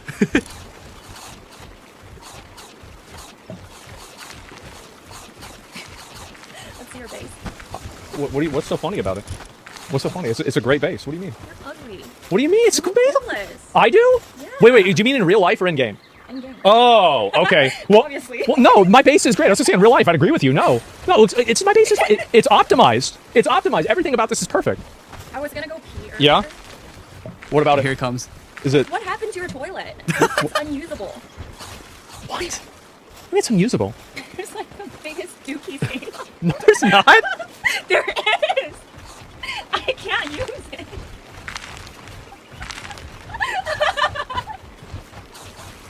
Am I allowed to say that? Are they not supposed to know? They know. You guys know, right? They know. All right, guys. Yeah, so that's what started it all. She's like, he took a big dookie and it's unusable. There's like the biggest dookie stain. And it's of course, it's Asmongold. We know him. He's the Roach King. But then here, in a stream recently, in a cooking stream that they did, she found a cockroach head in Asmongold's fridge, which was kind of crazy. I'm gonna get myself a knife, and where is it? Wait, your fridge is very clean. Yeah, it is. Of course it's clean. No, never mind. No, it's not. Is that a cockroach head? That's a fucking cockroach head. Yeah, actually it is. Why is it How just did you a know head? that? How did you know that? Because there's a little thing on The the pointing. head. Yeah, no, you're right. They actually. Oh my god. Why is it just a head? What is that? What? That. Give me a minute. Is that pineapple? Yeah. Why is it green? Because it was for the pineapple. They can't see it. Oh my gosh, dude. Okay. Oh my god, it's actually. It's an actual cockroach head. No! Get away! I gotta get myself a knife. And Oh my gosh. So that went crazy viral this past weekend. And yeah, I mean, it's what do you expect? It's Asmongold. Of course, he's the Roach King. He doesn't live exactly super clean and tidy. Yeah, and it's also this too. He doesn't wash his hands apparently. You did not wash your hands. I did. You know how I know you never wash your hands? I can say it. I don't want another shitgate. Oh fuck. So the same day I saw the dookie stain, I was gonna go pee. I saw 2 bottles of hand wash there, completely full. One of them I actually opened it. You know how you have to do the little twisty thing to open a hand soap? I opened it. Thank you.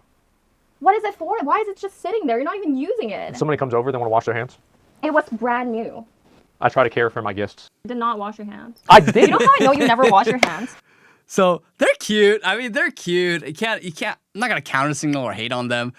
This is like the quintessential Asian void that you want. No, like this is the kind of wife that I want. Like she's playful. She like was like, stop it. Oh my gosh. But then also like makes fun of my tendencies while I also like, you know, it's just like they have a fun, cute dynamic. It's like the quintessential Asian void that you want. She also on stream before like got him Chipotle while he's streaming. It's like what else could you want? She's really cute Asian void, and on top of that, she actually might be a good partner for Asmongold. Why? Because she might be a base chud. Now, I'm not calling her super base because she does have an OnlyFans, which from what I know, she doesn't do like she's not like the quintessential OnlyFans porn star, but she does like sell like bikini pics and stuff like that, which is still all bad. I'm not saying it's good or okay, but what I am saying is like it's better than like the OnlyFans whores who like actually do the porn acts and stuff like that. That being said, this is what she said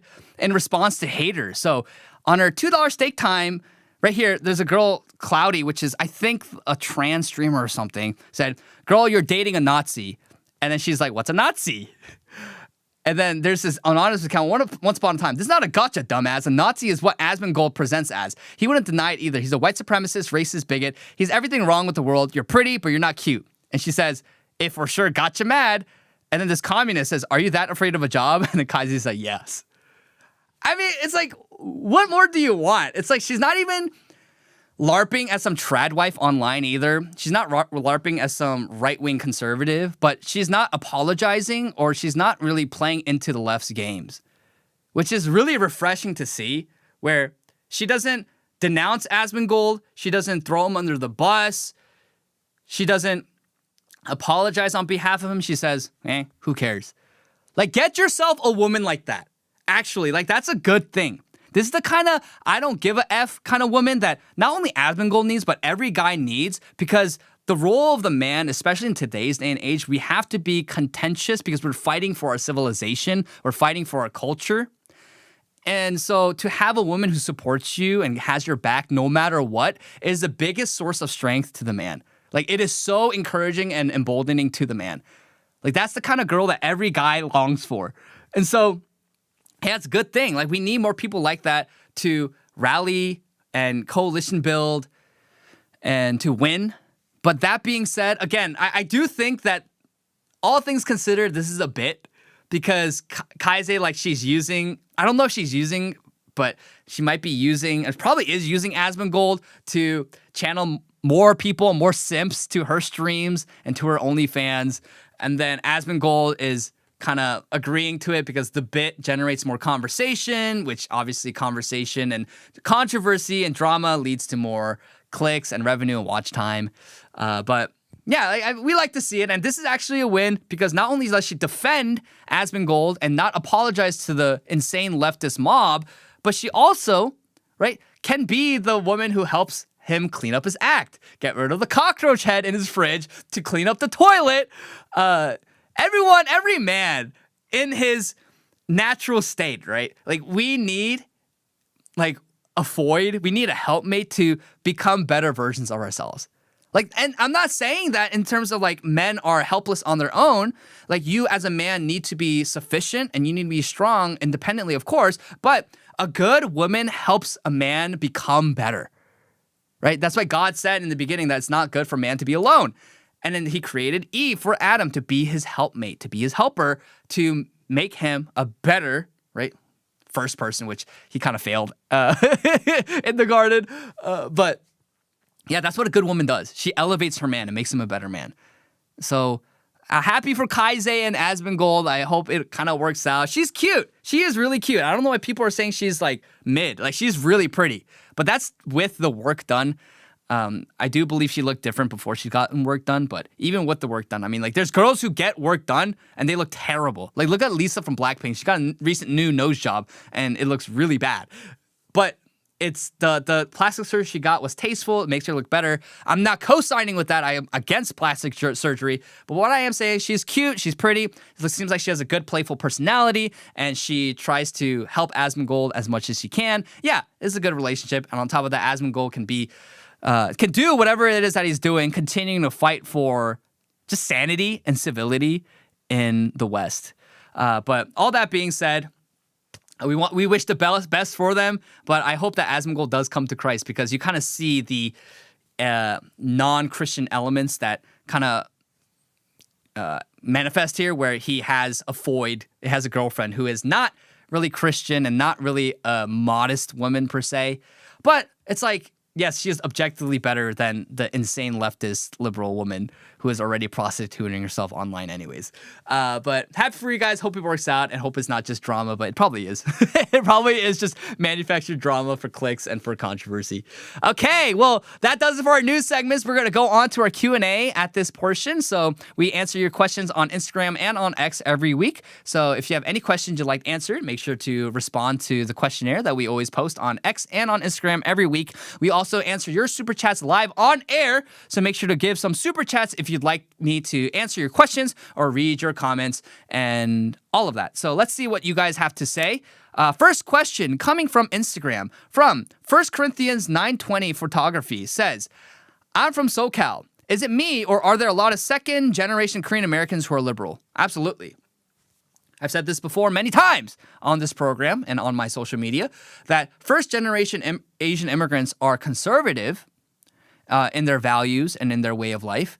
But the second generation and third generation are very liberal.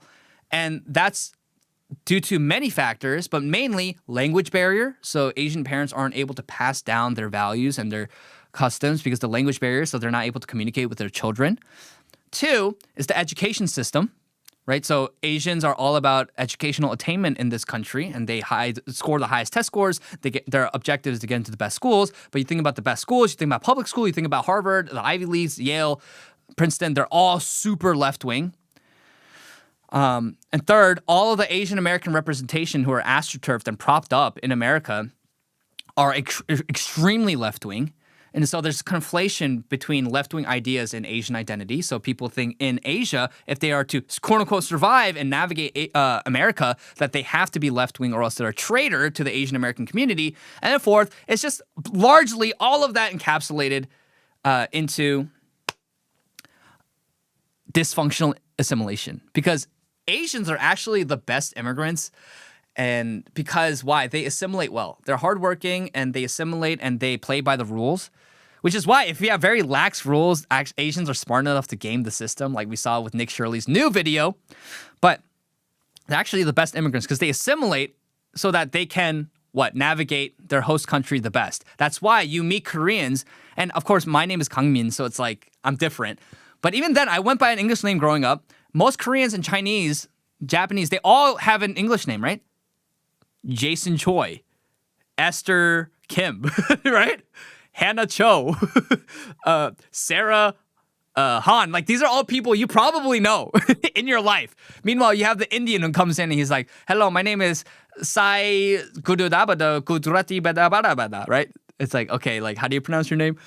And so you look at East Asian immigrants, like they're actually the best immigrants, and they assimilate the best. But the problem is, if you assimilate to a culture that is super left wing, yes, they will become enemies to your civilization, which is what these second generation Korean Americans who are very left wing are. They are not very good for the future of America. And people might say that I'm a traitor to Korean Americans. No, I actually want Korean Americans to be better versions of themselves and to, I do care about Korean Americans, really, I do. But the thing is, like, you see these Korean American liberals and they say nothing when a black person just clobbers and smashes a grandma's head on the concrete in the middle of our inner cities. They say nothing when Ina Kwan is shot and she and her pregnant child, she was pregnant with a child, they both die in the middle of Seattle for no reason. Oh, but there was a person on a United flight who said konnichiwa to me. Meltdown, meltdown, meltdown. You had a Mexican man do this to a Korean influencer. Meltdown, meltdown, meltdown. So they care about, like, this is how stupid so many Korean Americans are, right? Like, they're so brainwashed.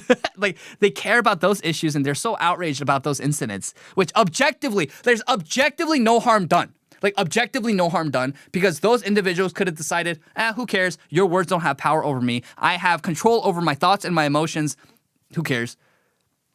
Meanwhile, you have actual instances of violence being perpetrated by many black violent criminals to Asians. Silence. I don't care. Oh, why are you mentioning that? You're so racist. You're just saying that because you're racist. I'm like, no, I actually care about Korean Americans and their safety. So that's why that's why they're so liberal. They are very liberal, but keep fighting the good fight. I was in SoCal. I was in LA for 5 years. I understand. I lost most of my friends from LA because I'm outwardly and outspokenly conservative, and I advocate for goodness, truth, and beauty, especially truth, right? I advocate it to the best of my ability in the public square. So, yeah, I lost a lot of friends. They were very liberal. But that being said, I do have a very good Korean American community. And I have a church who loves me, and I love my church, I love my family, and I love my friends, and we're chilling, we're vibing, we're having a good time, we're living life and advocating for the truth and laughing at Clown World as we do so. Thank you so much for your question. Next question comes from X, from Alvin's GO. What do you think is the economic end goal of Lee Jae-myung, assuming Lee Jae-myung, president of South Korea? I mean, on the social and cultural front, I know he intends on normalizing the lunacy we see in my country and much of the West, but I still don't understand him economically. A Kenyan who adores South Han. Thank you, Alvin. I appreciate the question. So, normalizing the lunacy you see in Kenya, isn't like the LGBTQ illegal in Kenya? Maybe I'm thinking of different. I know it's illegal in Ghana. I know it's illegal in the Congo, which is an objective win, like W, African countries. But I wonder what lunacy you're talking about in Kenya. I don't know too much about Kenyan politics. But yeah, much of the West, I'm sure you're talking about like feminism, transgenderism, the LGBTQ, liberalism, broadly speaking. But yeah, so economically, I think the end goal of Lee Jae-myung economically is to secure votes for the Democratic Party in perpetuity. And so his whole economic model, he has the 3-4-5 vision. He wants a 3% economic growth. He wants to be the top 4 exporter in the world. And 5, so he wants the GDP per capita to be $50,000 per person, I believe. And so he has that vision. His economic model is very populist. It's like this populist state capitalism model where he incentivizes economic growth through government programs and government investments, and then by doing, he also has a generous welfare program where he gives a lot of handouts to people. And I'm not like super against his economic model per se, but the thing is that economic model ensures that a lot of people like your party. Why? Because people like free money. So you give people free money, then they're gonna vote for you. That's just kind of how most people work, how they function in society. Now, Korea, I think the thing is, like, there's a lot of conservatives who say like, oh, an economic top-down model is very, very harmful for Korea. But the reality is the economy in South Korea has always been top-down. It's just a matter of how, in what way is it top-down. So if you think about Park Chung-hee's economic policy, it was very top-down, but it was through the chaebol system. In the chaebols, again, they're like the really big companies like Hyundai, SK Hynix, Samsung, LG, Kakao. And then you have the left-wing version of top-down economic policy where they abandon the chaebol model. They actually want to break up the chaebol model and they want to give more power back to the people. So the conservative model of Park Chung-hee is to economic growth through the chaebols and through these big companies. And then the left-wing economic model is more like, economic growth through populism. And again, I'm not super against that model per se, because why? The economy, right?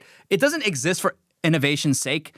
The economy doesn't exist for economy's sake. We don't exist for the economy. The economy exists for us. So the economy, insofar as it's breaking apart families and it is destroying the fabric of your nation and it is resulting in you not having any children and not having a future generation of children, yeah, it's failing. No matter how advanced your technology is, no matter how great your amenities are, no matter how much your GDP increases and your domestic production increases, if your families are falling apart, it's failing. Your economic model is failing. Because why? I'm not a materialist.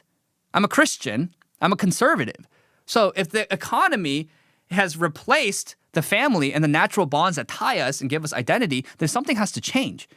And so I am not so much of a stickler of like a particular economic model. I believe that depending on the time and place, and I believe depending on the people and the era, we have to have different economic solutions for different economic problems and societal problems. But at the same time, we can't untether the economy from social and political realities. So what's happening with Lee Jae-myung's economic policy, I believe, is he's claiming to be, we want Korean sovereignty in our economy, so that's why they're going after Kupang so hard, but he's giving leeway to China. So he's giving deference and preferential treatment for Chinese companies. He's attacking American companies when objectively Kupang is more of a Korean company than it is American. And then he lets Temu off with a slap on the wrist and lets Alibaba and BYD and all these Chinese companies operate with impunity. So what's the end goal? Yeah, it's to secure democratic votes for the DPK, where I don't think he's doing it because he cares for the average Korean. Clearly, it's through his social policies. He doesn't care about the future of Korea. He wants to expand abortion access. He's he's very pro multiculturalism and pro foreigner. He's not someone who cares for the future and well-being and prosperity of Korea. He is doing his economic model so that he can secure votes for the TPK. That's what I believe is his end goal. And that being said, he has invested a lot into AI. So you see the growth of the Korean stock market, which is very inflated, and it's because of pump and dumps and all that stuff. I'm not an economic expert. I do know that. But yeah, you see because of the AI boom and because South Korea manufactures their memory chips and semiconductors domestically, yes, you have Samsung being the most profitable company in the world now. And then you have SK Hynix being also valued at over $1 trillion. And you have huge economic boom in the AI, semiconductor, and memory chip industry in Korea, which is good because Korea, unlike America, builds a lot of their own stuff, which is good. That's how you sustain an economy. A real economy is built on the manufacture of goods. Right now, America is 85% of the American economy is just services. It's a service-driven economy, which is to say it's a fake economy. All of our goods are manufactured elsewhere, and so we have no political leverage over those companies who manufacture our goods. And yeah, we have basically a fake economy at this point in America because we're not manufacturing our own goods and products. We only have a service and finance-driven economy. That being said, Korea is good on that front. But again, what does the economy exist for? It exists for your people. And if your people are dying, then what is the point of the economy? You have to think about your economic and your political orientation in your society differently. So that's what I have to say. I'm not a huge economic expert. I'm not an economist. I focus more on politics and especially cultural issues and identity. That being said, I do think that is the end goal of Lee Jae-myung, not to help the Korean people and to secure a future for Koreans and our posterity. No, it's just to continue to have the DPK win in perpetuity forever and ever. It's just political They just want tyranny. At the end of the day, they want slow tyranny, and they want to rule forever in Korea. All right. Thank you so much for those questions. We have a few super chats. Let's start with MC Hawk. Thank you so much for the $2 super chat. Ching Chong, God bless F communism. So true, King. God bless. And yeah, I mean, Ching Chong. I love how he spaced out the Ching Chong so it wouldn't get flagged. God bless you. Yes, and F communism. So true. All right. Next super chat. Seeking the 12 gates for $5 super chat. Hi, I am a Mooney. Wondering your thoughts on the Hakchahan trial. I think they're targeting the Unification Church and are threatening religious freedom. Interesting. Well, I thank you for the $5 super chat. I am not a Mooney, and my full thoughts on the Unification Church is that it is a cult. I am not up to date with the Hakchahan trial. I believe he or she is the person being prosecuted by the Lee Jae-myung administration for corruption. I believe. I don't know too much. I'm not super well read on it. I saw it in passing, but. Yeah, I do believe that, again, Lee Jae-myung doesn't care about his constituents. That's why he goes after churches and he's going after religious freedom. And now you know me, guys. I am not about religious freedom for everyone and anyone. But that being said, there needs to be a certain degree of religious liberty in a healthy society, especially if you want a society that honors and worships Christ. So, yeah, I don't know too much. All I know about the Unification Church is that it is a cult. From what I know, haven't done my research too much on Korean cults because every time I try to start doing research, I just get the ick. So I am not trying to opine any ill will towards you seeking the 12 gates, but I do, I guess, exhort you to kind of find the truth because I think the allure with a lot of Korean cults, which is a really big problem in Korea, is that they claim to have the one and only true truth that no one else knows. And this is the allure of a lot of conspiracy theorists like Candace Owens and Tucker and Ian Carroll. They claim to have the truth that no one has access to and the truth that was revealed to them in a dream or through divine revelation that no one else knows. Let me tell you what only God told me and not anyone else. And so I think at the heart of cults is hubris and this salacious desire to just, what's the truth that no one knows? It's what's being withheld from my people. So I would just caution against that. But yeah, I'm not here to tickle ears. I'm not here to make sure that you feel comfortable. I'm just here to tell the truth. And that's what I believe is that Unification Church is a cult. That being said, I haven't done as much research, so take that with a grain of salt. And I do not know too much about the Hakchahan trial. I will do more research, dear viewer, and I will let you know if it ever comes up in the news again. But thank you for the $5 super chat seeking the 12 gates. I appreciate you. Last super chat from Ortho Joe. Super chat. Thank you so much for the $5. Orthodox Cross. Love you, brother. Love you as well. I do love the Ortho Bros. I don't know why. Maybe I just haven't seen that side of the Ortho Bros. There's a lot of people who say the Ortho Bros are really nasty online. I haven't seen that. I've only gotten love from the Ortho Bros. So I love the Ortho Bros. In the same way I love the Trad Cats. I've only gotten love from the Trad Cats. And I am not a super traditional person. You guys know me. I am very traditional in my values, but in the way that I live my life or present myself, I'm not super duper traditional. I'm not a gun-toting, wood-chopping, masculine man, lumberjack. I'm just very, I think I'm a normal, traditional, conservative guy, I would say. But even the Trad Cats, and even with I've said publicly my grievances against Catholicism and even Orthodoxy, and the Ortho Bros and the Trad Cats, they're all really nice to me. Very, very charitable to me. So I love you guys. Thank you so much, Ortho Joe, for the $5 super chat. Appreciate you. God bless you.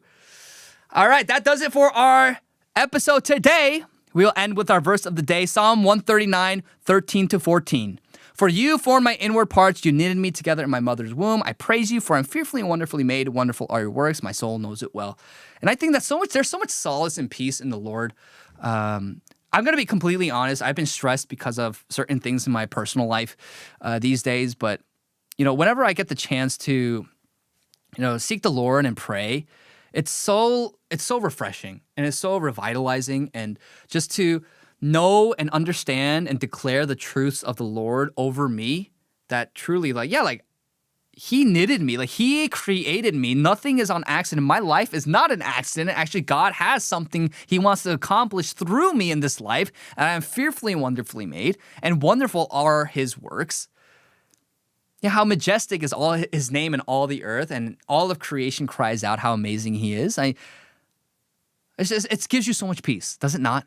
It gives me so much peace. And I am so thankful for a good God who loves us, who is not distant, but he is near. And yeah, he is for us, so who can be against us? And he says, do not be afraid. So what do we have to be afraid of? God's got you. God's got me. So what do we have to be afraid of? We just got to live our lives with integrity, with boldness, with courage, with conviction, and ultimately with love. Because without love, what is there to live for, right? Everything is meaningless if it's not done in love and through love. So that does it for our show segment. Thank you so much today for tuning in to today's episode of the Kongmin Lee Show, where we talk about restoring faith, identity, and civilization from east to west. We cover the news, politics, culture, drama, all of that stuff through our Christian right-wing lens, and we try to do so. We just try to help you, and I try to help you think well. That's what I want to do, ultimately, at the end of the day, to not conform to the patterns of this world, to what the liberals and the godless elites are saying, but truly, what did our forebears think? What did our ancestors think? What did behemoths and giants of the Christian faith, what did they always think? How did they navigate harder times? How did greater men navigate through war, famine, genocide, and all of those issues? Yes, there's much to learn there. So thank you so much for tuning into this episode. Make sure to like, share, and subscribe. Hit the notification bell. I will be coming out with new videos very soon, but just as a heads up, we will be changing our schedule from not only from Tuesday and Thursdays now to Monday, Wednesday, and Fridays. I believe that'll give us more time and ample time to cover more topics in depth without going too long, because once we only go 2 times a week, we always go to 2 hours. I want to stick it to 1 hour and then 3 times a week. And I think that would be helpful for you, dear viewer, also to digest all the information without having to listen to so much all at once. So you can look forward to that starting in August. And next week, we will be off because I will be going with my church to a mission trip into the third world to share the gospel and to help the missionaries that are there. So we will be on break next week as well. So look forward to that. You will see me not yap as much next week. Maybe you're grateful for that if you're a hater. But yes, God bless you. May the Lord keep you. And I will see you again here at 11 a.m. Eastern on Thursday.